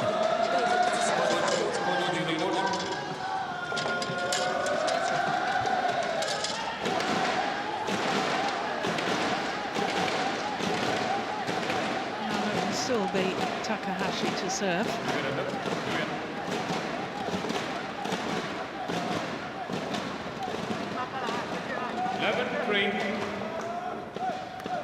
Now, this is the interval where the coaches have 40 seconds, but I was noticing an interval between the two games that Wong Pei-Ti, she was really quick back in her chair, and I don't understand it. I mean, there must be so much to discuss. If you lose with 7 in the first game. The result, 4-11. And 8 points adrift in the second. You'd think that there was either encouragement or some specific tactics to discuss. Yes, try something new. I mean, if you're riding a dead horse, get off. Try something different, because if you continue this, you're just going to lose nice and easy. Just probably take some more time. 5-11. I feel one of the differences is that when the Japanese pair attack, they attack as one unit, whereas when the Malaysians attack, they attack as individual players. Yeah.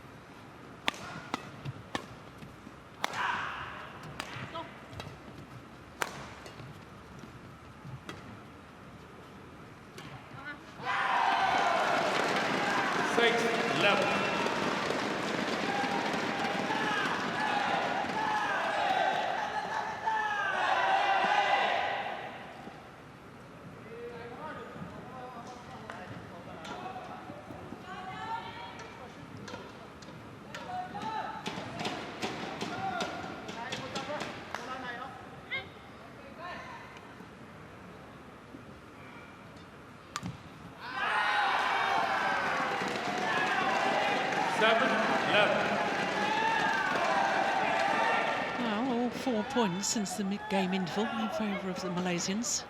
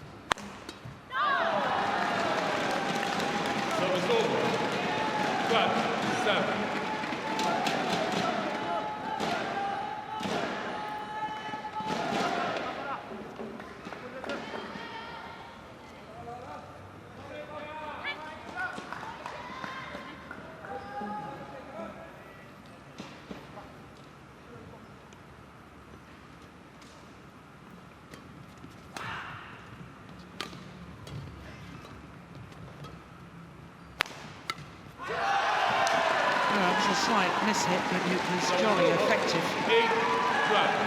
And the lift previous to the smash from Matsutomo was much flatter.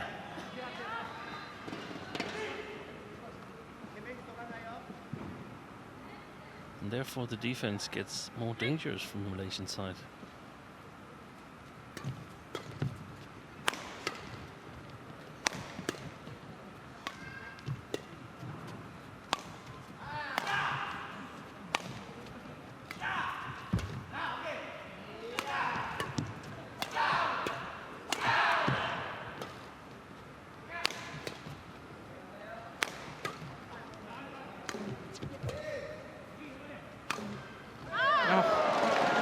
Stranded. She didn't even move for that. Such was the disguise on the overhead. And most of the attack directed at the Woon Ki-wei. No. Didn't react at all.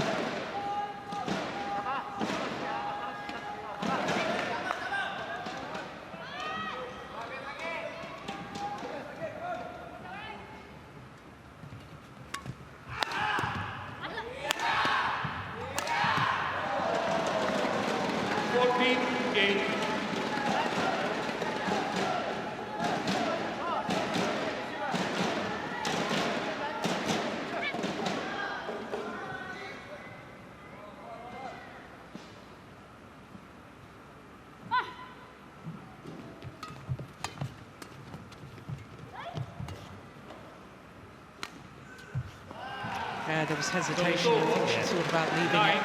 I think there's been a couple of lifts that has looked long to me.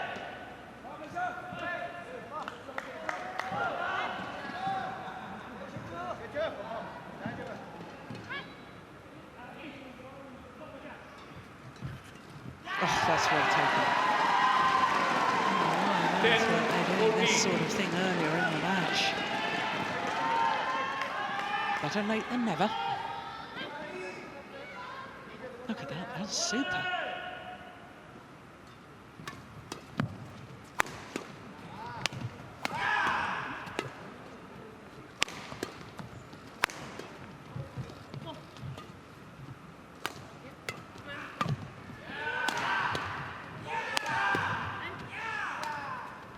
She's getting all the shots. Woon Ki-wei.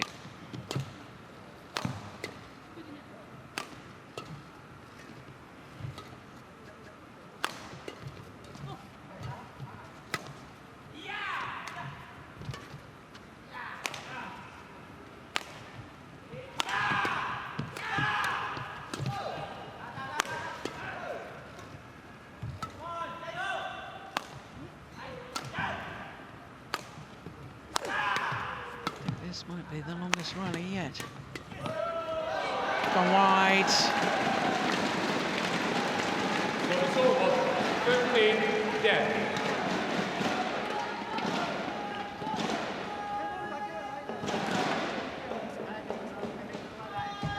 Yes, indeed it was.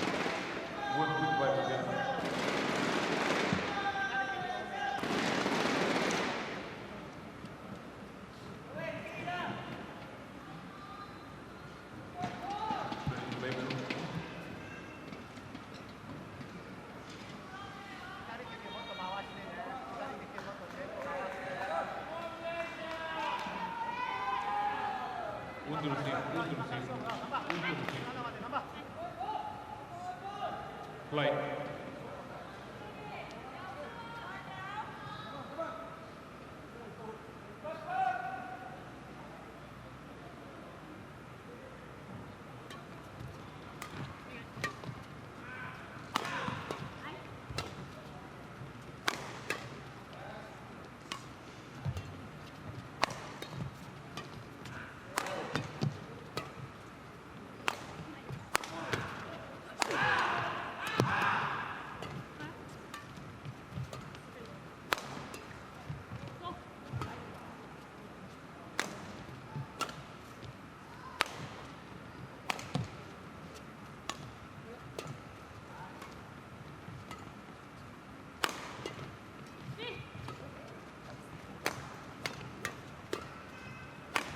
Got to counteract at some point. Yeah. Malaysians.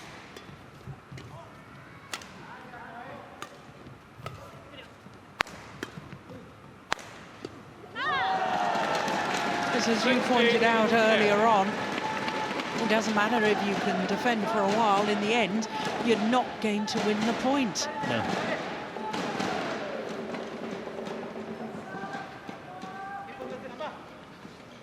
Play.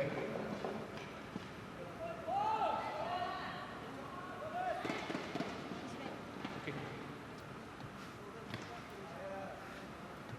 Receive. Receive. Play.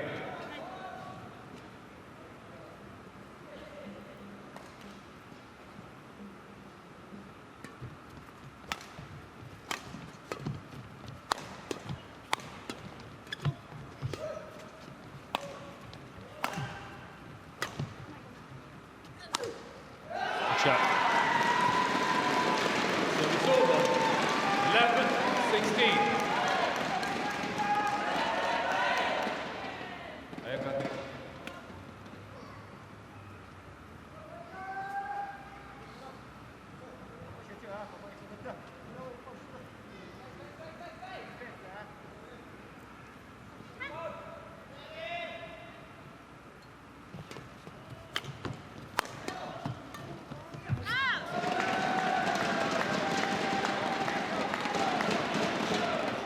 Service over. 17-11.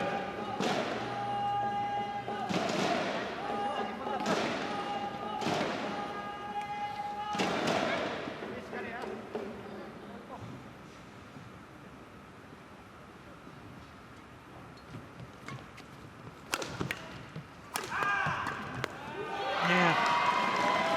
Service over. 12-17. You'd think from rallies like that, the Malaysians would have the encouragement to attack more. Yeah. Misaki. Misaki.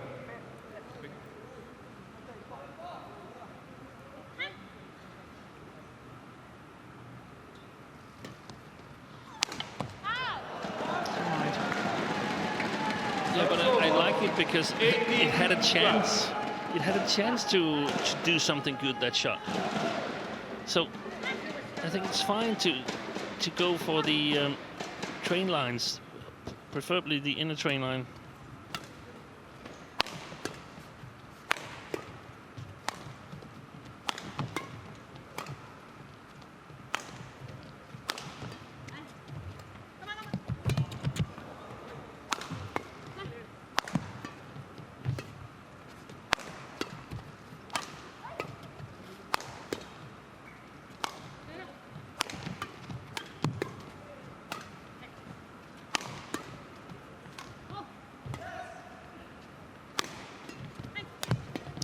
Brilliant. Yeah. That's the difference, isn't it? They're just too good. Yeah. And one of the Japanese players is hunting the net to make the kill. And most of the time it's Matsutomo.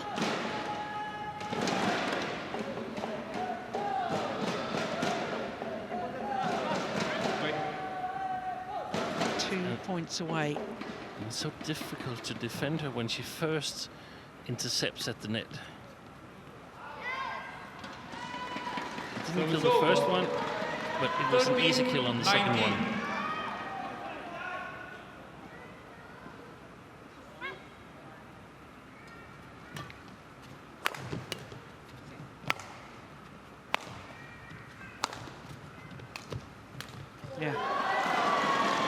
about the first time in the match that Woon Kiong has stepped in and looked for an opportunity to come forward.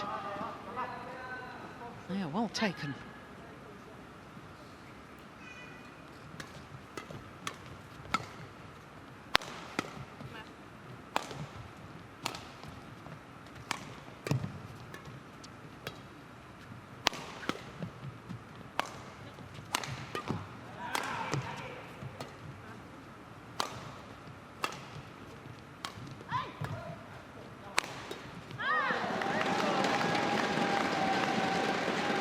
So match points, opportunities for Matsutomo and Takahashi. It's quarter-final tie points for Japan.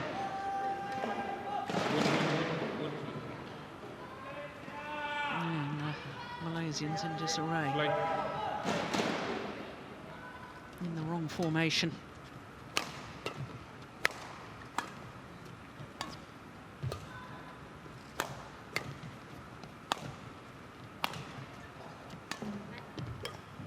Game. 21-7, 21-14, and for a second consecutive Sudirman Cup competition, Japan are guaranteed a medal. 43 minutes for the victory and a place in the semi-final. And the semi-final tomorrow will be a repeat of the final from 2 years ago. But enjoy the moments. Japan through in this quarter-final tie against Malaysia and through 3-1. It's a very convincing win in that women's doubles. 43 minutes in total.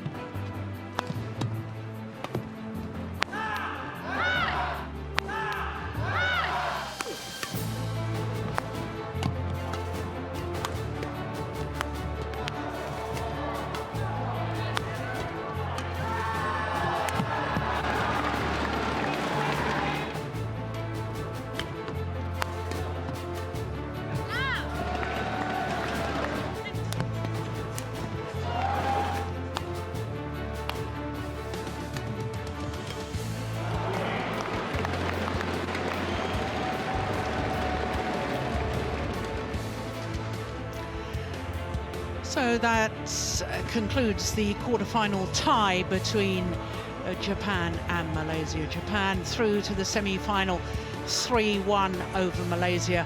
Of course, the mixed doubles will not be contested. That men's doubles did prove to be so important. The former world number 2s, Kamura and Sonoda, beating the former world number 1s and Olympic silver medalists, Shem and Kiong. Needed 3 games to do it, as indeed they did in the group. 60 minutes in total. Then Nozomi Okuhara, the Olympic bronze medalist, was simply too good for Cheah. Although it's lovely to see Cheah back on the big stage again. Well, Malaysia always try and rely on Lee Chong Wei, the 3-time Olympic silver medalist. He cruised to victory against Nishimoto, which sent the tie to the 4th match. But the Olympic gold medalists too good for the Commonwealth Games gold medalists, with Matsutomo and Takahashi winning in 2 straight games. Remember, tonight, of course, we have the Group 2 final. But let's check on the draw, first of all, for the Sudirman Cup. China, the defending champions, came through against India 3-love, and the tie was actually decided without a women's only match. Japan will face China in a repeat of the final from 2 years ago, and the 3-time former champions Korea will play against Thailand. That's all tomorrow. But as I say, remember, tonight at 1800 local time, it is the Group 2 final, Vietnam against Singapore. From all of us here in the meantime, from Steen and myself, Jill Clark, bye for now.